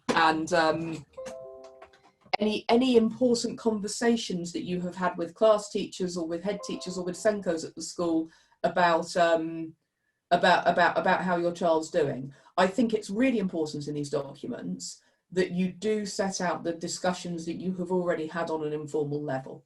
Because what we often find, don't we, Chris, is that people subsequently will come to a hearing and say that they have raised issues with the school previously. And it can sometimes be difficult to prove that those issues have been raised because you're talking about informal discussions that have never really been evidenced. So I would have a little chronology setting out all of the important events that you think they should be aware of. And I would put that in chronological order because human beings, in my experience, tend to instinctively respond better to a chronology that's set out in order of time than perhaps they would if it's just a sort of stream of consciousness thing. And then I would just set out really succinctly what my concerns were. So I would say, you know, for example, I would say something like, I'm concerned that incidents of challenging behaviour seem to be going up. Perhaps I'm concerned that my child is not being protected from harm, and then I would set out anything like injuries that the child was sustaining as a result of any meltdowns that were happening, or difficulties with peers, anything that your child is reporting at home that is a difficulty. So I think I would start out with a little chronology, and then I would say, these are my concerns. And I know it can be tempting to write about those concerns in a huge amount of detail, but actually, in my experience, it's normally sufficient to say something like, on this day, my child, I was told that my child had a meltdown at school. Here's how I was told it arose. I am concerned that these strategies weren't used that could have been, or I am concerned that this child was in this place that we have agreed the child shouldn't be in, and so on. So it's always going to be quite fact specific, but what you're really looking for is something fairly short that captures the really important points, but isn't so long that it's going to be difficult for people to follow it. I think that's a really good piece of advice. So I think one of the things you really hit upon was the usefulness of records and a chronology. Now, you know, some of the viewers may not know, I come from a family where obviously my sister had severe learning difficulties, so I kind of grew up in the annual review and how that affected family. It's really tough. You know, I remember certainly before my sister went to a more specialist provision where annual review is perhaps a bit easier on my parents. You know, when my sister was in mainstream, it was quite tough. You know, there was a lot of tense weeks where parents were huddled around the old Windows 95 PC as it was back then, and, you know, typing up notes, and it can be really stressful. So I think one of the great things you said is about keeping that chronology. Now, in this modern era with emails and all this great technology, there's a really good way to have a chronology. If you've kept an email record, you know, even following those informal discussions, if you follow up with a polite, thanks so much for the call today, here's what we discussed, looking forward to finding out how this works, if a strategy's been agreed. That's just a good little aid memoir and a bit of proof that those informal conversations happened. But of course, if you don't want to be spamming the school with emails, or if you don't feel comfortable with that, keeping a little diary as you go along through the year as well is really good, because that then automatically gives you that little, and it doesn't have to be War and Peace, you know, just a short little note, date, time, who you spoke to, what was discussed.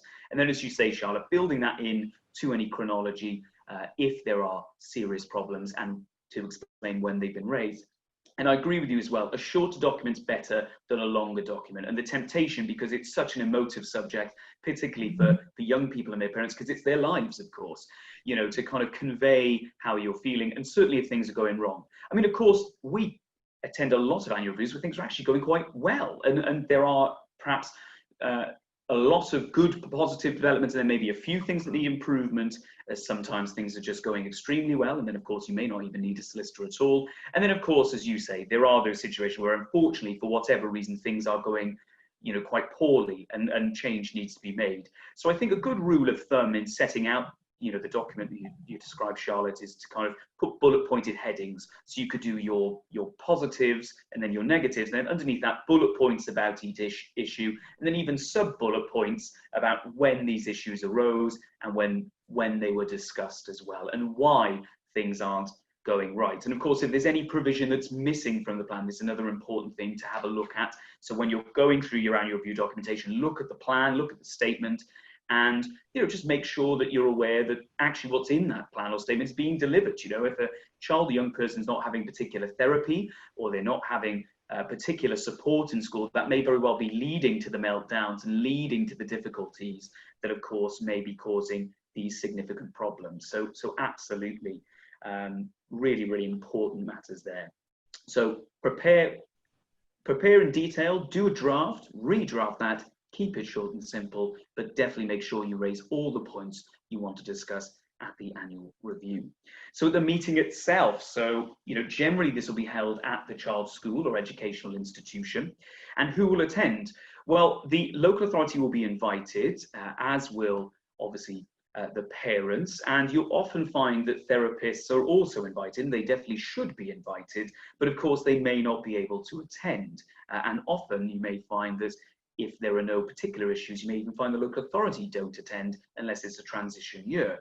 So there are a number of people that can attend, and one thing I would say is that if there are problems, it's important that you do stress the importance of attendance for people like the local authority, because of course, as they are responsible for the statement or plan, and of course will be responsible for implementing any necessary amendments, having them on site and discussing the issues is really quite important, because then instead of just having a report following the annual review, explaining to them what the difficulties are and what amendments are needed, you know, you're going to have them there discussing the issues live, and then perhaps even agreeing to amendments in the review itself, which makes things a lot easier.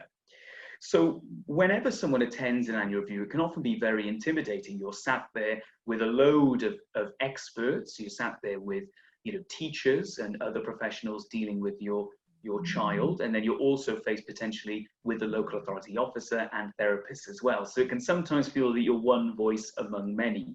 So, you know, what will be the running order? Well, generally speaking, again, the school will start, and it will normally start with either the head teacher or the ALNCO or the SENCO or the class teacher explaining how their views are of the child's progress this year, and they may start very positively. Then it will normally lead on to inviting either the parents to explain their perspective or possibly the therapist. And you may find, and I do find this in practice, that they'll tend to go to professionals first. And then once professionals have all had their say and parents have had a chance to listen to that, you know, to then say their own views. Of course, it's a fluid conversation, so it's not a rigid structure, and it can change from time to time. But generally, that's the experience that I've had. So, Charlotte, we've just talked about preparing, I suppose, difficult submissions. So things aren't going well. So of course, again, as an experienced advocate, you've had to tell a lot of people, I suppose, a lot of things they don't want to hear. So, you know, when you're trying to communicate and I suppose persuade someone, so you're not there to make an argument per se, you're there to try and persuade the other side that, look, maybe everyone's trying their best, but things aren't working. So what would be your top tips, I suppose, for conveying difficult matters to people at annual review? Well, I would say you need to be direct. You need to try not to be sort of held back by embarrassment or a fear of offending people, which is a very human way to feel. It's difficult to confront people about these things, and I think it is particularly difficult when you are aware that everybody is trying hard, but you can also see it's one of two things, isn't it? Either you can see that people are just getting it wrong, and that is a difficult conversation to have, or you can see that everybody is doing their best and it's just becoming clearer that the child's not in the right place. So very broadly, I think that where these conversations arise, where the child is already in a special school, the problem is it might be that the school is just the wrong place for them. And obviously that's quite an attractive way of putting it if it's right. So you have to be accurate about it. But if the problem is simply, look, you're obviously trying your best, but my child actually obviously shouldn't be in an SLD school, or my child obviously needs to be in an ASD specific setting rather than in this more general special school that he's in at the moment. That's a conversation that I think is relatively easy to have. You don't have to be aggressive or unpleasant about it, because you're not saying that anyone there is really doing anything wrong. You're saying that the setting is fundamentally not right for your child. So I think it's important to really focus on what the problem is, because you might also feel that certain members of staff aren't doing things very well, and you might be unhappy about things that have happened. But if the fundamental problem is the child's just not in the right place, then I would really focus on that, because that's an argument that isn't personal. And you might find that people at the school, that the people around the table say, well, you know what, yes, maybe that is the case. If they don't agree with that, then you may have to talk about why you think that's the case. And that's where you may have to get into, you know, here are some strategies and approaches that are being used by the school that aren't right. And the reason they're not right is because my child's in the wrong place. So those are strategies that you're entitled to use with other children, and they may work brilliantly with other children, but they're not right for my child, and these are the reasons why. And again, that's slightly easier than just saying, look, you don't know what you're doing and you're getting it all wrong. Because you're more saying, you're still really bringing it back to the child's not in the right setting, and that's where the problem lies. And you can have a similar conversation, I think, in the mainstream context. If you've got a child who just, you know, perhaps you've got a child who's done really well all the way through primary school, notwithstanding their difficulties, all the way through primary and junior school, and then you get to secondary, it's a bit more complicated, the setting is bigger, it's rowdier, and you can just say to the school, look, mainstream has been fine, but it's obviously just not working for him or her anymore. So again, that's an easier conversation to have. Sometimes in mainstream, I mean, I'm saying in mainstream particularly, it could be any school. I think it's slightly more likely in a mainstream environment where you don't have specialist teaching. Sometimes you do have to say, look, the teachers are not doing what they're supposed to do. You might have to go back to the IEP, or you might have to go back to the reasonable adjustments that have been made for your child and say, you know, so for example, you agreed that you would amend the behaviour policy so that my autistic child would get more warnings, or would get warnings in a certain way. This teacher is not doing that, and the result is that my child is getting detentions 3 times a week, and he finds detentions difficult because of his autism. So you may not be able to avoid getting into a, you know, this teacher is not doing what they've been told to do. But either way, I think the way to approach it is to be very calm. I think I mean, that's much easier said than done, as you'll know, Chris, because, you know, when it's your family, it's very easy for me to say that. But I, funnily enough, I also have a family member with special educational needs. And I can say now that having discussions about his special educational needs can be very difficult when people are saying things you know are wrong, are either untrue or wrong. That's very hard. But I think to just try and remain very, very calm, to try and take the personal out of it, to pause for breath if you need to, if you feel yourself getting upset, and really to just keep coming back to, you know, that this is a problem that is solvable, rather than you are all involved in a vendetta against my child. I know it can feel that way. I really know it can feel that way, but that's never going to be a productive line to take in an annual review, however strongly you feel it. It's always better just to say, I'm not trying to have a go at individuals, because looking up, you know, teaching children with special educational needs can be difficult. And you might get lots of things wrong before you get them right. I really want us all to look at it as a problem that we're solving, not as assigning blame or trying to shame individual people. So I think that's the best way you can approach it. Yeah, absolutely agree, Charlotte. And you hit the nail on the head as well. It is so easy for us in our roles as professionals to say this, because of course it is so hard to do. You know, as you say, you know, when we're discussing our family members with special educational needs, there's a different, more visceral feeling, so it is harder to separate, but so important, because, you know, it's one of those situations where it's lower your voice, strengthen your argument. And as you say as well, and this is one of the reasons why having you on the seminar with us, Charlotte, is so important, and we'll go on in a minute to talk about why are we doing the annual review, and what are we potentially setting it up for if things don't get resolved at the annual review? And of course, that might be tribunal. And when we go, briefly back to, circulating those views ahead of the annual review, the best part about that is once you send them to the head teacher and everyone else sends in their views to the head teacher, those do get circulated in advance of the meeting itself, at least 2 weeks before. So of course you do get the chance, the people get the chance to look at your views, and of course then look at the views of others. So that can help you then prepare for the meeting itself. So you should then take those same views and maybe also add a few bits and bobs from other people's views. But you're quite right, recognizing that even if people are fundamentally wrong, most of the time they genuinely are trying their best, and it may be out of ignorance that they're just getting it absolutely wrong for your child, and just explaining that, look, it's just not working for my child is such an important thing, because it takes away some of the sting that you get, or the automatic response of, oh, we've got 5 other people with, let's say, ASD, and it's working perfectly for them. Well, it may very well be, but my child's presentation is different, or for whatever reason, my child is just not getting on with it. It's causing them to melt down. It's causing distress. We need to find an alternative route.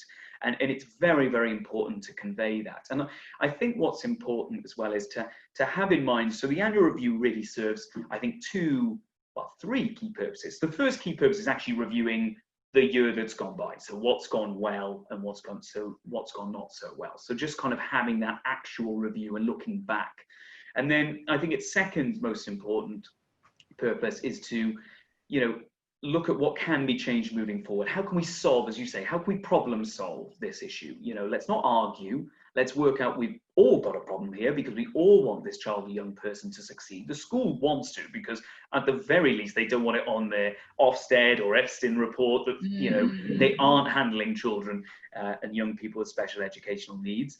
The local authority just wants an easy life most of the time. So if things work well in the school the child is already in, it's better for them. And of course, for parents, their priority is always the child, without question. So of course, everyone really has a vested interest in getting it right. So approaching it from that problem-solving perspective. So, and oftentimes that is the main issue, is, either something isn't being delivered that should be. That's a difficult conversation, but it's something that's so important. And of course, as we talk about in our other seminar on judicial review, if something isn't being provided and it is within the plan or statement, then it must be enforced, just to really give that child the provision they need. But annual reviews are a good time to raise that if you've not raised that already. Say, look, this has to be provided, it's in the plan or statement, it must carry on. But also then, if it's more of a tweak that needs to happen, if it's the way that they're communicating to the child or young person, if it may be that the child or young person, for example, is going to assembly and that's just too overwhelming for their sensory needs, sometimes you can have that conversation and say, look, they've got a one-to-one. Can the one-to-one just kind of take them out of that room or leave them in the class and just, give them a task to do, or maybe let them, if they have fiddle toys, let them have time with their activities, or maybe you'd even plan some, if they have a sensory diet, plan implementation of some provision for that little extra time you have in the day. Can all be very useful. And those pragmatic solutions can really be discussed at annual review because you've got everyone there to give their insight. One of the frustrations I think a lot of people have is with email correspondence is you send an email raising these concerns, you don't get a response for several weeks, and they say, oh, sorry, I've got to speak to this person and that person and get all their views together before we can actually come together with a real plan. Whereas at these meetings, people should be there, everyone should be there, and it should be that time to problem solve. And going then on to the third important point, which is, setting up for the next stage, be that amendments to the plan if we have determined that things aren't working and things need to change, or if things have worked and now they need to move on. Perhaps there has been positive progress and actually now the provision in the statement probably a little too inhibiting for the young person. Maybe they need a change of direction in a positive way as well.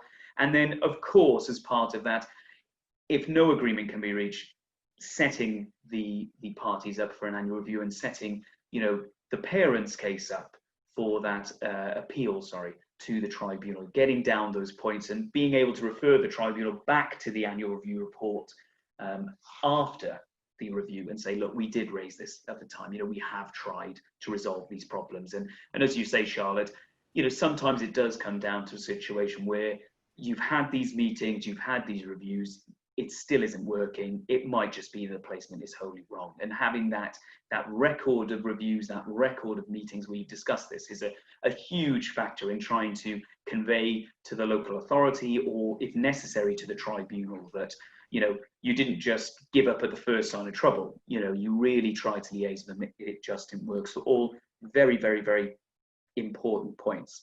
So going on that third point, Charlotte, the annual review is also an opportunity to amend the statement. So when you're looking to amend a statement, I suppose it's a more general point to any statement amendments, in terms of wording and the clarity of wording, can you just talk to us a bit about the importance of that? So it's really important that what we often talk, don't we, about specification and quantification. Yes. So it's really important that whatever's going to happen for your child is very, very clearly set out. So you want it to be, so if you're at the annual review and people are talking about a bit more speech and language intervention, for example, I would really just, try and get that pinned down. Well, what does that mean? How much more time does that mean? How often does that mean? Is that something that's going to happen, sort of in 15-minute chunks? Really work on getting a specific amount of time that your child will get, and who exactly is going to be delivering it, because speech and language therapy time could be the therapist doing one-to-one with your child, or it could be a trained TA doing one-to-one with your child. So it's always going to be really important to nail that down. The more specific you can be, the better. Schools are sometimes resistant to being specific, and that is both mainstream and special schools for slightly different reasons. Special schools tend to want to provide provision. They tend to want to arrange provision very flexibly. So if you're a special school and you've got speech and language therapists on site and occupational therapists on site, you probably don't necessarily want to book out chunks of time with the child, because the classes will be very small, the therapist will be spending a lot of time in the classroom, and overall your child will probably get a lot of input. The problem with that for us as lawyers is that that's a great way to work in practice, but we want you to know what you're getting. There has to be some sort of baseline in the plan. That's what the annual review is for. So you really need, when people are talking about, let's have more speech and language therapy, let's have more therapeutic intervention, let's have let's have a literacy program, let's have some work on numbers, let's have a social communication group. This is all great, but the questions that you need to be asking as a parent are, who is going to be delivering it? When are they going to be delivering it? How often are they going to be delivering it? And are they going to be doing it one-to-one or in a small group? These are all questions you're very entitled to ask. Absolutely right. I mean, the general rule of thumb is, what, who, when, and how, isn't it? If you can get those for each of the elements of provision, that's always so helpful. What is the provision? Who's going to provide that provision? Who's going to have ownership of that? When is it going to happen? And that includes not just when in the school diary, but how frequently per week, and for how long each week. And then, of course, how as well, how practically is this going to work? And the more you can answer those questions, the more that can be reflected in the statement or plan, the better. And can I just come back, because I think I started to talk about why special schools sometimes don't like to over-specify, which on a practical level can make a lot of sense. It's just that it causes difficulty in knowing what you're going to get. So you need them to give you numbers effectively. But in mainstream schools, it's also really important, because in mainstream schools, a lot of the time, they will have commissioned services from NHS services, effectively. They'll commission NHS services for speech and language therapy and occupational therapy. And those therapists will tend to come into the school maybe 1 or 2 days a week, and they'll be going to other schools as well.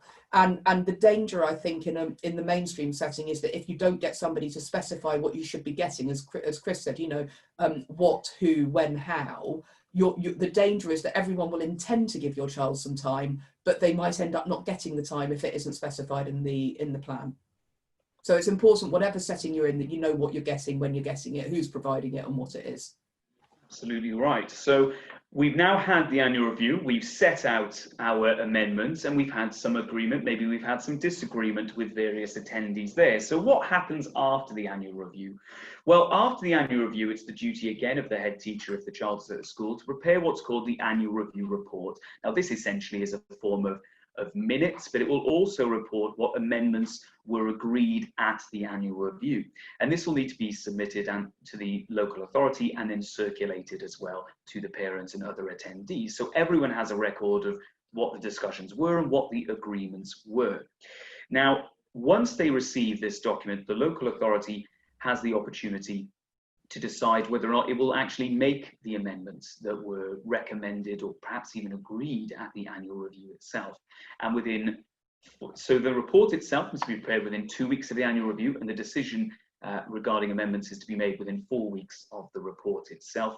And then if amendments are to be made, then what will happen is at that point, after those 4 weeks, the local authority will then serve an amended plan or statement on the parents or the young person, if the young person is over 16, and will ask them and invite them to make any representations or suggestions to the contents of the plan and to the amendments proposed. So if, for example, the local authority has put the amendment as we thought it was agreed at the annual review, but you think the wording isn't exactly what you thought it was going to be, or perhaps, as we've just discussed, you feel it's not appropriately specified and quantified, then of course you may want to go back to them and of course make suggestions and changes. You will have 15 days to make those comments and suggestions.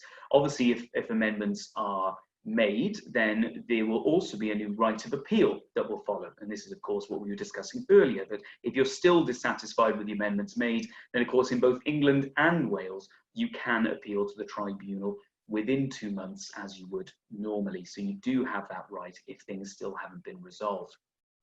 Now, there is a slight difference in England and Wales if the amendments are not agreed. In England, you are quite privileged as you have the right to still appeal. You know, if amendments were discussed and proposed at the annual review, and yet all of a sudden you have the local authority either reneging on promises they may have made at the review itself, or if they didn't attend, disagreeing with the requested amendments as set out within the annual review, you do have a right to appeal. In Wales, unfortunately, under the present legislation, you're not permitted to do that. So what you would likely need to do then is engage with the local authority and request either reassessments, because of course the amendments are likely needed because the child's needs have changed, and trying to get a right of appeal that way, or alternatively engaging with the local authority and trying to convince them, look, you know, this does need to be amended. And of course you may want to seek advice on whether the local authority can be challenged for failing to keep the plan or statement up to date. So that's really, I think, a broad overview on your general annual review, which is what we're here to tackle in part 1 of this 2-part seminar. On part 2, we'll talk about transition reviews, and in particular transition to post-16 provision, and how that perhaps differs from the general annual review. Hello again, and welcome back to part 2 of our annual review and post-16 seminar. I still have Charlotte Hadfield here with me. She didn't run off in the little break, thank goodness. Tempting, but I saw So of course, you know, now we're just going to talk a bit about transition, because transition is a key stage in a child or young person's life, particularly where they have SEN. So of course, you know, we're going to talk about what transition means in this context, which we'll come on to a little bit. You know, when does transition occur? When are the key transition stages for children and young people? And of course, then how to prepare for transition, what a transition annual review looks like in comparison with an annual review, and then obviously going on to talk about post-16 provision. So to begin with, Charlotte, I'll start with the obvious question. What does transition actually mean in this context? Okay, so some people call it transition, some people call it phase transfer. What we are describing is transfer between phases of education. So what we are talking about, I mean, there are a number of key transfers that might be relevant. So we're talking transfer from early years provider to school, that's a key transition. Infant school to junior school, primary school to middle school, if middle school is a thing where you are, primary school to secondary school, middle school to secondary school, and then secondary school to post-16. And then I suppose after post-16, if your child, who by then will be a young person, is transitioning to post-19 education, you'll be talking about that. So these are all sort of referred to as transitions or transfer between phases or phase transitions. That all of those terms mean the same thing. There are specific rules about how these have to be handled. So the reason we're talking about it is because the law is that the EHC plan for a child must be reviewed and amended in sufficient time before that child or young person moves between from one key phase of education to another. And the reason for that is to allow for planning and commissioning of any support and provision that they need when they move on. Normally we're talking about moving to a new institution, but of course if you have a child who is at a placement that runs all the way through to 19, for example, you'll still have those phase transfer reviews, but in practice your child will obviously be familiar with the setting and won't be moving to a new institution. One of the key things to bear in mind, obviously, Chris, is that from year 9 onwards you have to prepare for adulthood in every review. So so the next phase transfer after year 9 will be the post-16 transfer. But it's important to bear in mind that preparation for post-16 is supposed to start in year 9. They are supposed to have an eye to that transition from that point onwards. Absolutely right, and that's a key point, isn't it? You know, when does transition occur, and having that happen in good time. So obviously for post-16, it's very specific. Year 9 is that key point. When we're talking about transition from primary to secondary, you know, you really want to be starting that process and having that transition review if you can in year 5, because one of the things, and in practice, you often find that this isn't really done until year 6, and sometimes even until the second term in year 6, which is absolutely not what should happen. Because what the problem is then is if there's any disagreements that occur, let's say in the second term of year 6, you know, you're then fighting tribunals in the summer, or heaven forbid in the September of the year 7 year, where that child or young person should already be in that new provision and already should have, you know, all of the support already in place. So getting that done earlier. And what I would advise, you know, parents is, you know, as we've said, if you're, you know, in year 4 or 5, or if you're in year 9, you know, that's the point to start planning for your transition. You know, if you're going to post-19, you know, you want to be looking at that probably once you start your post-16 provision, because, you know, the longer you have the opportunity to prepare for this transition, to conduct your research into what other placements may be available, or if they're staying at the same placement, you know, work out, you know, how that looks at that particular provision, because you may find they're moving to a new part of the building. You may find that they have a very different approach to, let's say, post-19 provision as opposed to pre-19 provision. So of course, all really, really good, important points to answer. So I think that leads us very neatly onto our next topic, Charlotte, which is how to prepare for transition. So what are your top tips for parents in preparing for transition? Well, I think in the majority of cases, you're going to be looking at moving institutions. So I would say, number one, first and foremost, you want to start thinking about schools or colleges, and you want to start thinking about them really early, as you've said, Chris. I mean, I would be thinking about them at least a couple of years in advance, because you want to identify a school that's right.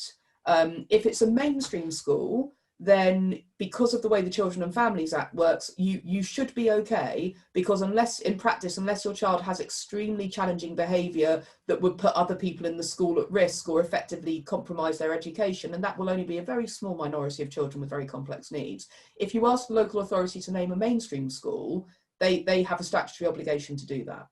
But if you want to move your child to an independent school, I said mainstream, I should say maintained mainstream, of course. Yeah. But if you want to move your child to an independent mainstream school, well, I mean, that can be very complicated. And it's one of those cases where I would say you should get some legal advice about that, because obviously everyone will be saying, well, if it's independent mainstream, why can't it be maintained mainstream? There are cases where it's appropriate for a child to go into independent mainstream, but you will probably need a bit of extra help with that.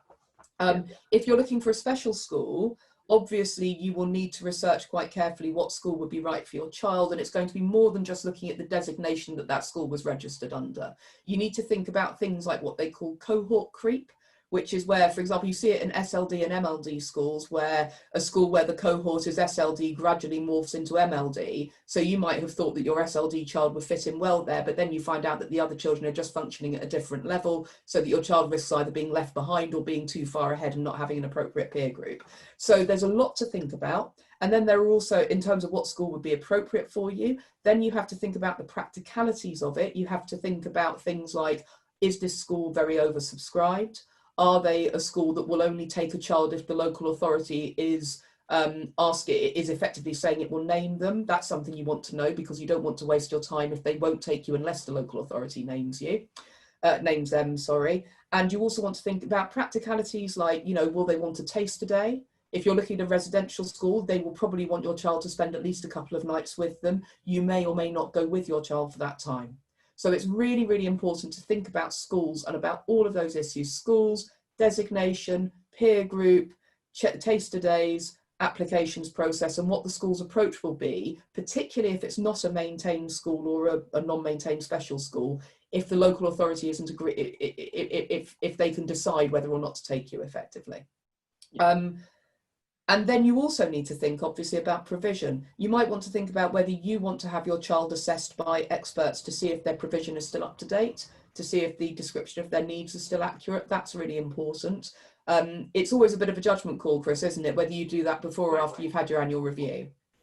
But if you think, I would say, particularly if you are identifying an exacerbation of any symptoms or anything in your child's presentation, and you can't get the local authority to do a reassessment, then you should, I would say, consider doing a reassessment, having a reassessment commissioned yourself for transition. Yeah, absolutely right. I would too. So, I mean, reviewing what you say, I think absolutely spot on. So this is why we say start early. And, don't worry if you're listening to this now and you haven't started early and you're thinking, oh, crumbs, now I'm behind the 8 ball, how am I going to catch up? Just start now. The best time to start any planning was yesterday, and the second best time is right now. So, it's always good to bear that in mind. And just as Charlotte said, it's about visiting these placements and getting a feel for them. I mean, obviously, Charlotte correctly listed all of those really important considerations. But I think, as many parents will be watching this, the best part of our parents is they'll know that innately. They will be able to kind of talk to them and say, okay, so, what kind of needs do you deal with at this school? And, they'll hear about the students that they have, and they'll think, right, that's quite like my child. That's probably going to help them because they're going to have peers that are similar to them. Or, oh no, that's a very different presentation. That's likely to be unsuitable for my child. So, parents innately have this ability, and being able to go to kind of the mainstream, maintain mainstream schools, any specialist schools and any independent schools that you think are right for your child is so important, because the more information you have, the more informed the decision you can make. So absolutely right. And definitely, when we talk about assessments, and again, Charlotte's spot on there, we often find, going to reviews and particularly transition reviews, if a child's had a statement or plan since they were 5 years old, and we're now looking at a 10-year-old, we're still looking at a plan for a 5-year-old. And that's a real problem. Or at the very least, even if the plan has changed, it's still based on assessments from when the child was 5-year-old. And of course, that makes it really difficult because a lot happens between those years, as all parents can attest. So it's really important, before that phase transfer, that we have that up-to-date picture of that child or young person's needs. And again, Charlotte, quite right. Ask the local authority for that in the first instance. And of course, if there has been 5 years, for example, within the last reports and the current reports, they should very well agree to that. And of course, if they refuse, you may want to consider either appealing that decision, but of course that may take some time. So of course, if you do have the finances to do so, getting your own assessments can be a good way to getting your own reports in place, and kind of asking those experts, what type of, post-16 or secondary provision or middle school provision, if that's applicable to you, is right for this child, because they are the people who can advise you further. So all part of a really, really important point. So of course, this is also a very anxiety-provoking process for the child and young person, as well as the family itself. It's anxiety-provoking for all children, but particularly those with SEN, where of course, they may struggle with change in any event. So of course, it's very important to bear that in mind. Again, early preparation allows for, as Charlotte said, taster days, more visits to the schools, and that will allow not just you as parents to kind of identify the right provision for your child, but will also give the child the opportunity to go visit as well, and take away some of that anxiety from changing to what could be a very new and very different environment. So of course, we've talked a lot about preparing for the transition review. So what happens at the transition review? Well, it very much is in the same format as an annual review, except there are a few key changes. So firstly, there will likely be far more attendees than at your typical annual review. So this is the one where you'd almost certainly have the local authority in attendance, where they may not attend for a more standard annual review. And you may also find that you have other attendees, such as the child's therapists, other people working with your child, and of course, crucially, you may have those who are involved in preparing for adulthood. So from year 9 onwards here in Wales, of course, you presently have Careers Wales, a careers service that's designed to support and advise children and young people on possible post-16 or post-19 provision, as well as, of course, the potential career or other employment opportunities that may be available to a child or young person, such as apprenticeship. And they're a key part of that process because, as Charlotte identified, when we talk about post-16 provision, pathways will be different for each child. Some children may want to continue into education for a variety of reasons, which we will come on to. But of course, talking about other pupils, they may actually want to enter the workforce, and they may want to enter an apprenticeship. They may want to know what other alternatives are available to them. And depending on the child or young person's needs, of course, those may be the preferable options for them in comparison with others. So all an important part of what's taking place. And of course, really the key thing about transition review is that we're looking forward as well. So where you have a new institution that your child or young person is going to be joining, they should be in attendance at the transition review where at all possible. So again, the earlier that can be identified, the more involved in this process they can be from the earliest opportunity. That really helps. If you can sit there and have the two schools sat next to each other saying, well, this is how we work with this child or young person, and this works really well. And then the new institutions go, oh, that's fantastic. They can learn more beyond the statement or plan. And that's so important, isn't it? I think, as parents and family members of loved ones with disabilities, yes, there's the standard approach, there's the written approach in the plan, but there's also that softer approach, there's that experienced approach that once you get to know the child or young person, you get to know their likes, their dislikes, and the way to approach them individually, that is crucial advice. So having the schools have the opportunity to have those meetings and take part in this review, very, very important. And of course, then, the difference as well is with the annual review report and the amendments, because of course there will absolutely need to be amendments either to section I, which is of course the placement section in the EHCP, or part 4 for those of you with statements, because they'll need to specify that from a certain date, so the transition date, that the child or young person will be moving to a new phase of education and potentially a new placement. Obviously, if the placement remains the same, it won't need to be changed, but you may have changes to the statement. So much like before, it's important that that's done early. And of course, there are particular stages, you really want, and the regulations require these decisions to be made, really in the March of the year before transition. So in your year 6s or your kind of year 11s, everything should be tied up and already within the plan very much by that second term of the transition year. And again, that's all about making sure that there is certainty for the child or young person, and that transition from those phases, so actually the practical transition, so the visits to the placement, the sharing of information resources has sufficient time to occur before they actually move on. So talking then about post-16 provision. So of course, Charlotte, you've said very clearly this is such an important time in a child or young person's life. So, in your experience, obviously having helped loads of children and young people into the right post-16 provision, can you just describe to us, generally what are you looking for in a good post-16 provision? How do you go about finding what's right for your child? Well, it can be. I think it becomes sort of progressively less easy to find somewhere. There's don't get me wrong, if a child wants to learn or a young person wants to learn, there will always be somewhere that they can do that, where they can do that learning. But I think that you start out with schools, which are the problem tends for most people not to be that they can't find a school between 11 and 16. At post 16, I think the difficulty sort of arises where you'll come under, I think, a certain amount of pressure from the local authority to consider local further education colleges. I mean, it obviously depends what level you're going to be studying at, because you might be, your child might be looking to do A levels with extra assistance. If that's the case, you're probably going to want to find somewhere mainstream, but where they are prepared to make reasonable adjustments for your child's disability. If you are looking for your child to do qualifications that are specifically sort of adjusted or adapted for the level and type of disability that your child has, then some further education colleges may be able to offer something that's appropriate, or you may be looking at a specialist post-16 provision. And I think that it very much depends what area you're in, doesn't it, Chris? Because some areas have a lot of post-16 provision that is very good, and they will have specialist colleges. Other areas really will be restricted to further education colleges that also provide some suitably differentiated or adapted qualifications.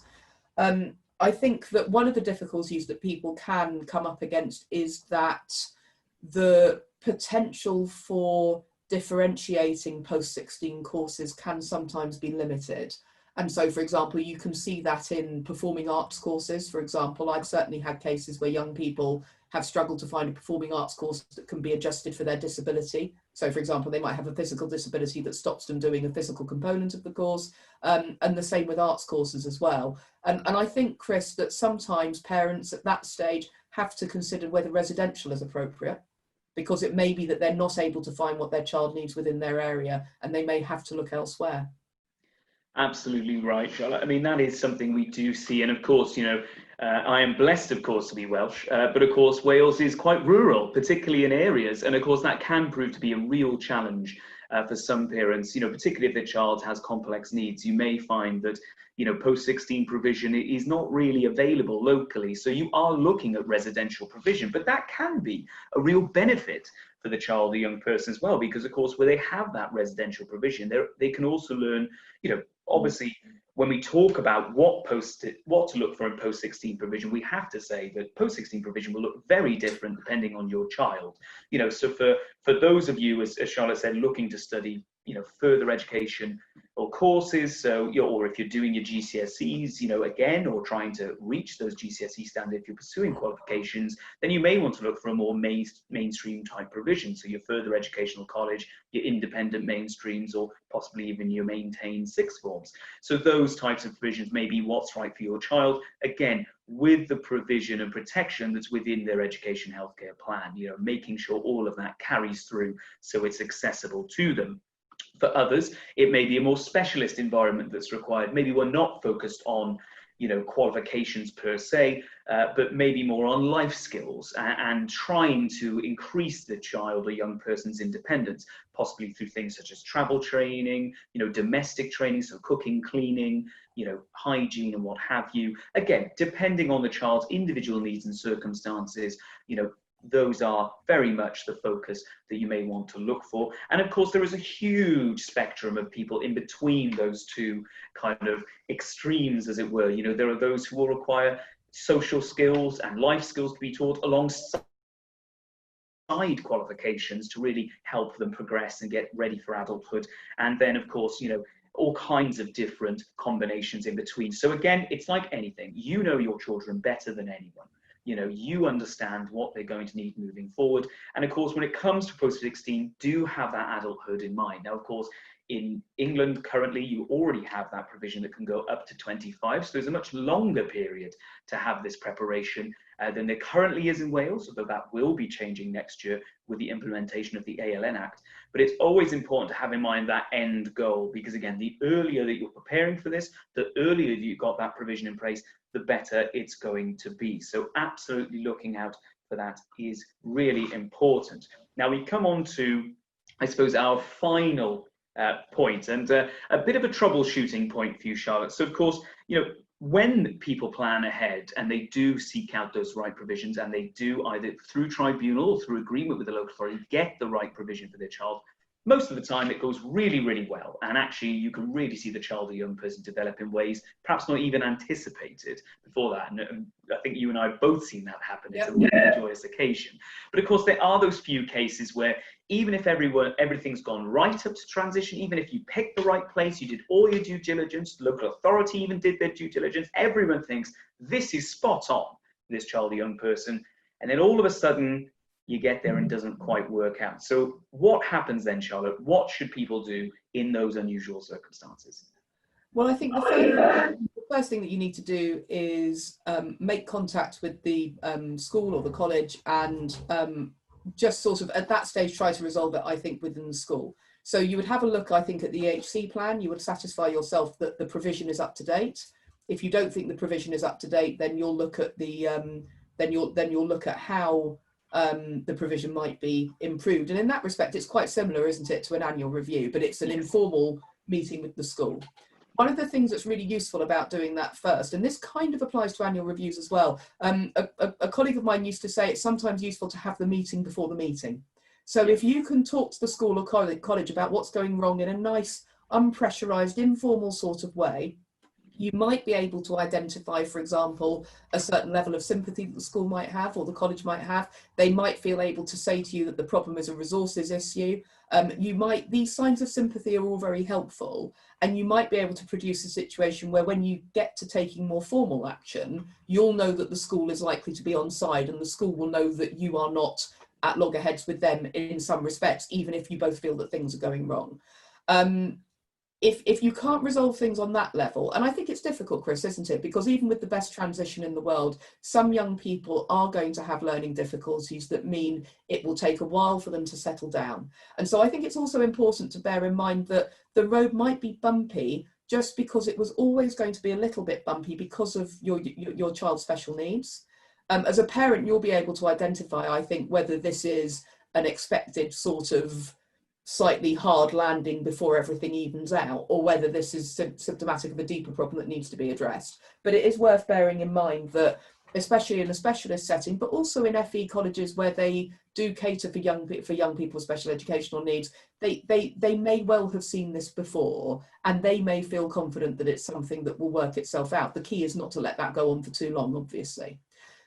If you're not able to resolve things in that way, or if waiting a little doesn't resolve things, sorry, my greyhound might be about to join this. But if you're not able to resolve things informally, at that stage you're looking potentially at an emergency annual review, aren't you, Chris, or an early annual review? Absolutely, yeah. Absolutely right. And of course, in part one, we discussed the annual reviews generally, but you can call an emergency annual review. So, let's say the annual review is scheduled to occur in May each year, but this is now December. You've just transitioned in September, and if things are really a crisis point and you've had these meetings, you can always call for an early annual review. So, talk to the school, talk to the local authority, notify everyone that this is required and get that arranged. And again, like we talked about in part one, and obviously go back to that part if you need to again, that's the point where you can set out your concerns in that formal capacity, talk about amendments to the plan, maybe even talk to transition to a new placement if need be.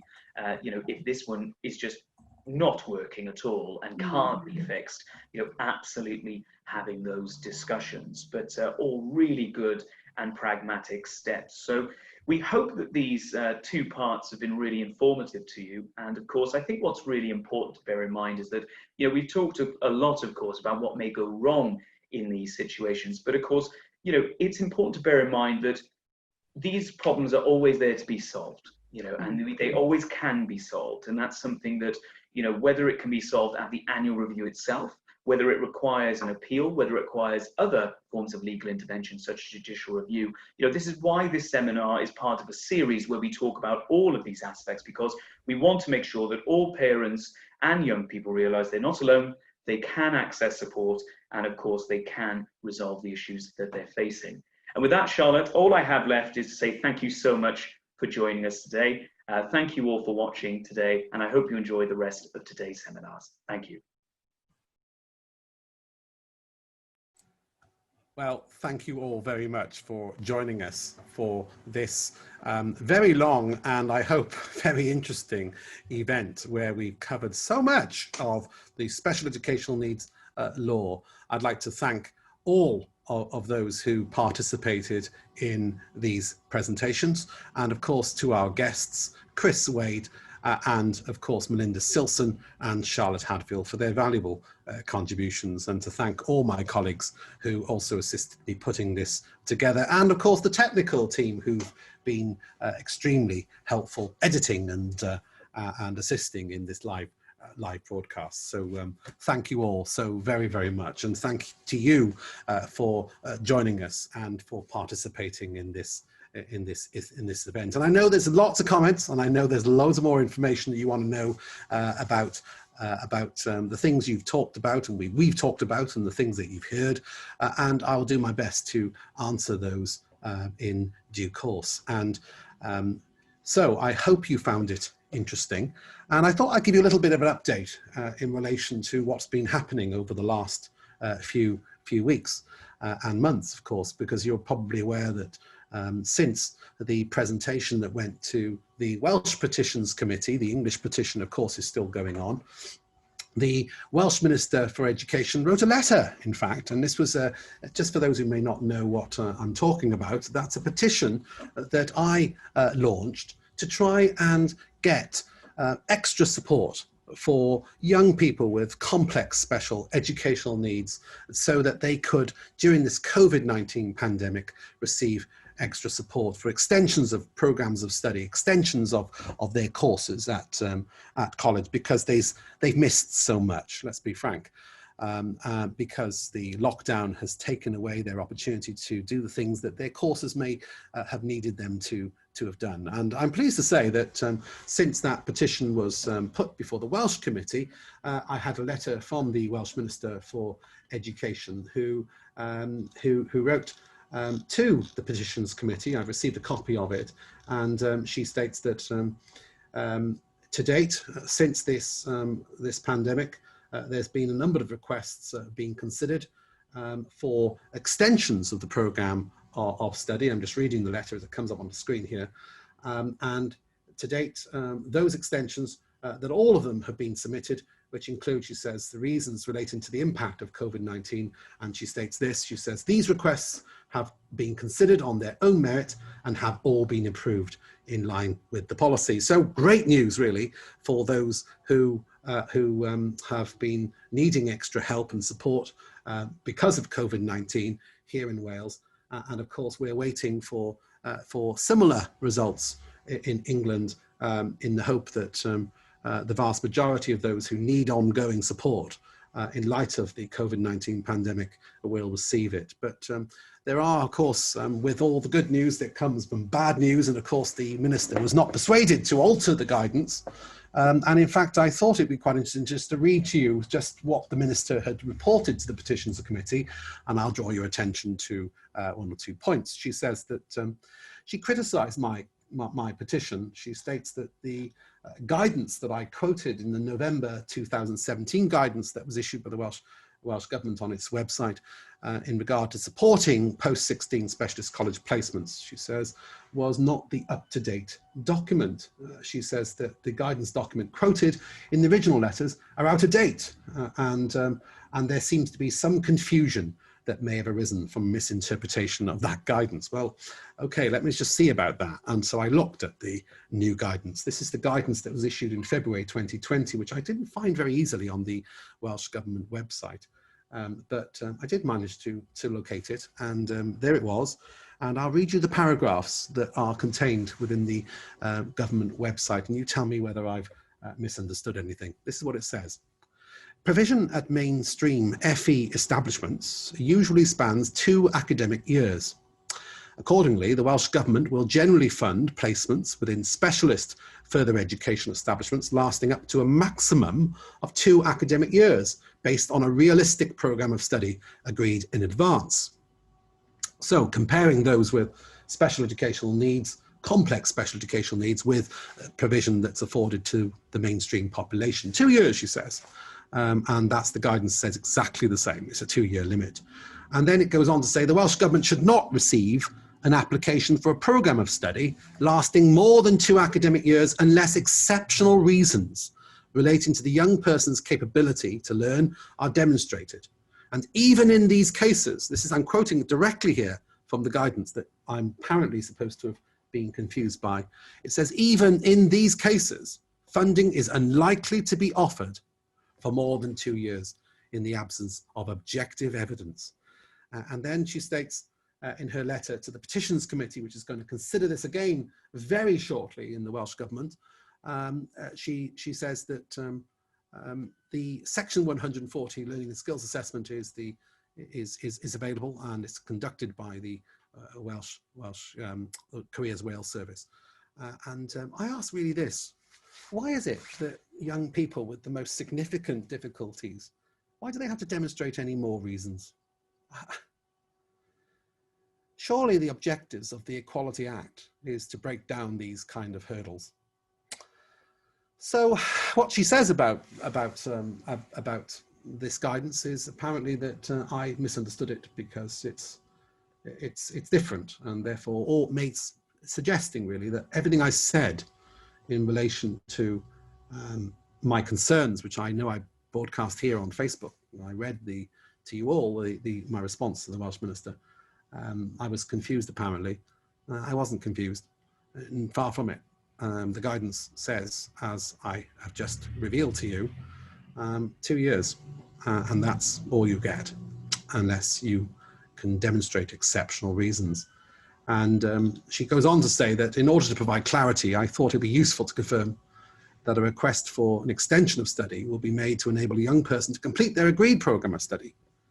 I mean, really what she means there is that irrespective of the quality of the provision, which will be potentially reduced by the COVID-19 pandemic, it matters not really whether a person might have been deprived of that opportunity to learn all that is needed. And provided they complete the course, that's the primary objective. I mean, completing the course is not the only primary objective. I mean, you might complete the course, but you might have more to do. There may be other objectives and other outcomes that you want to set for yourself, and there may be other aspirations you might have. You might have even demonstrated in that course that you're able to achieve more than what you ever believed. Really applying a 2-year limit in those circumstances, in my view, is just simply, well, quite frankly, it's reprehensible. I simply don't accept it, and I don't accept it should apply in any shape or form in this country. Today, we should be looking very carefully at every person's case and judging it on their merits. And of course, we should be not putting hurdles in the way of those people who need us and our support the most. She states that the guidance really has been discussed with various other people. She says, my officials are in regular dialogue with NatSpec, and that's of course the group representing specialist FE establishments across Wales and England, and where a number of matters relating to the impact of coronavirus have been discussed. She says that they've been discussing those issues with these organisations, and that will help understand how that people can make extension requests. Now you tell me, how is it that you can make an extension request in circumstances where there is a guidance document that says only in the most exceptional circumstances will you get it? I'm afraid that's just simply not acceptable. And in my view, the situation as it applies in England is of course different.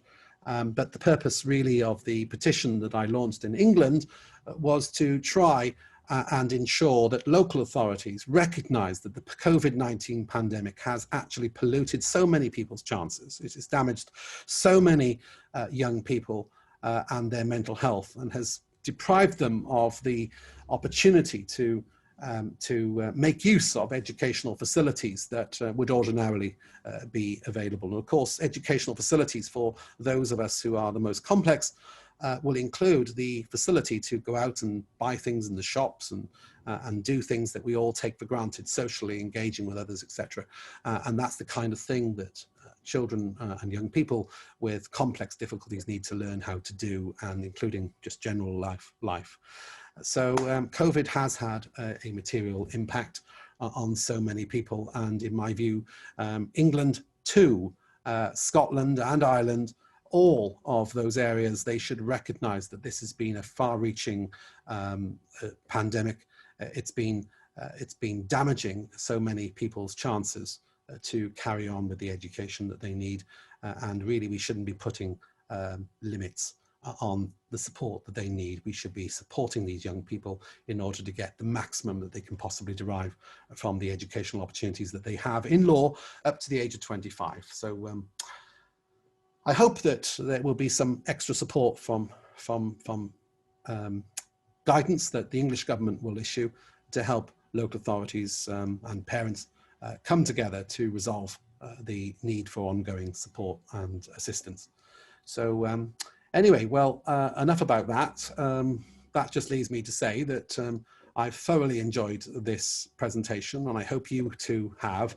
And I'd like to thank you all for joining me, and I will be saying a lot more in due course about things that I will be planning to do in the future, about addressing many of these questions that we've had today, and comments, and many people who have reached out to ask for answers and for assistance, and we'll be looking at that, and we'll be putting together in the short, not too distant future really, a programme that Charlotte and I are going to be staging more frequently here on Facebook, live on Facebook actually, talking about educational matters and the kind of things that will have cropped up in the last few weeks. And we will be doing that regularly as an education broadcast that we will be doing as like a news bulletin, really, like a program that we're going to talk about the things that are in the news, and we'll be putting that up, and I've given you more information about that in due course on Facebook. So please keep following me, and I hope that I can assist more and more of you to find the solutions that you need. But for me, go and enjoy the rest of your Saturday. I'm a bit tired now. It's been a long day, and thanks again to all of you and to all who's helped put this program together. So thank you.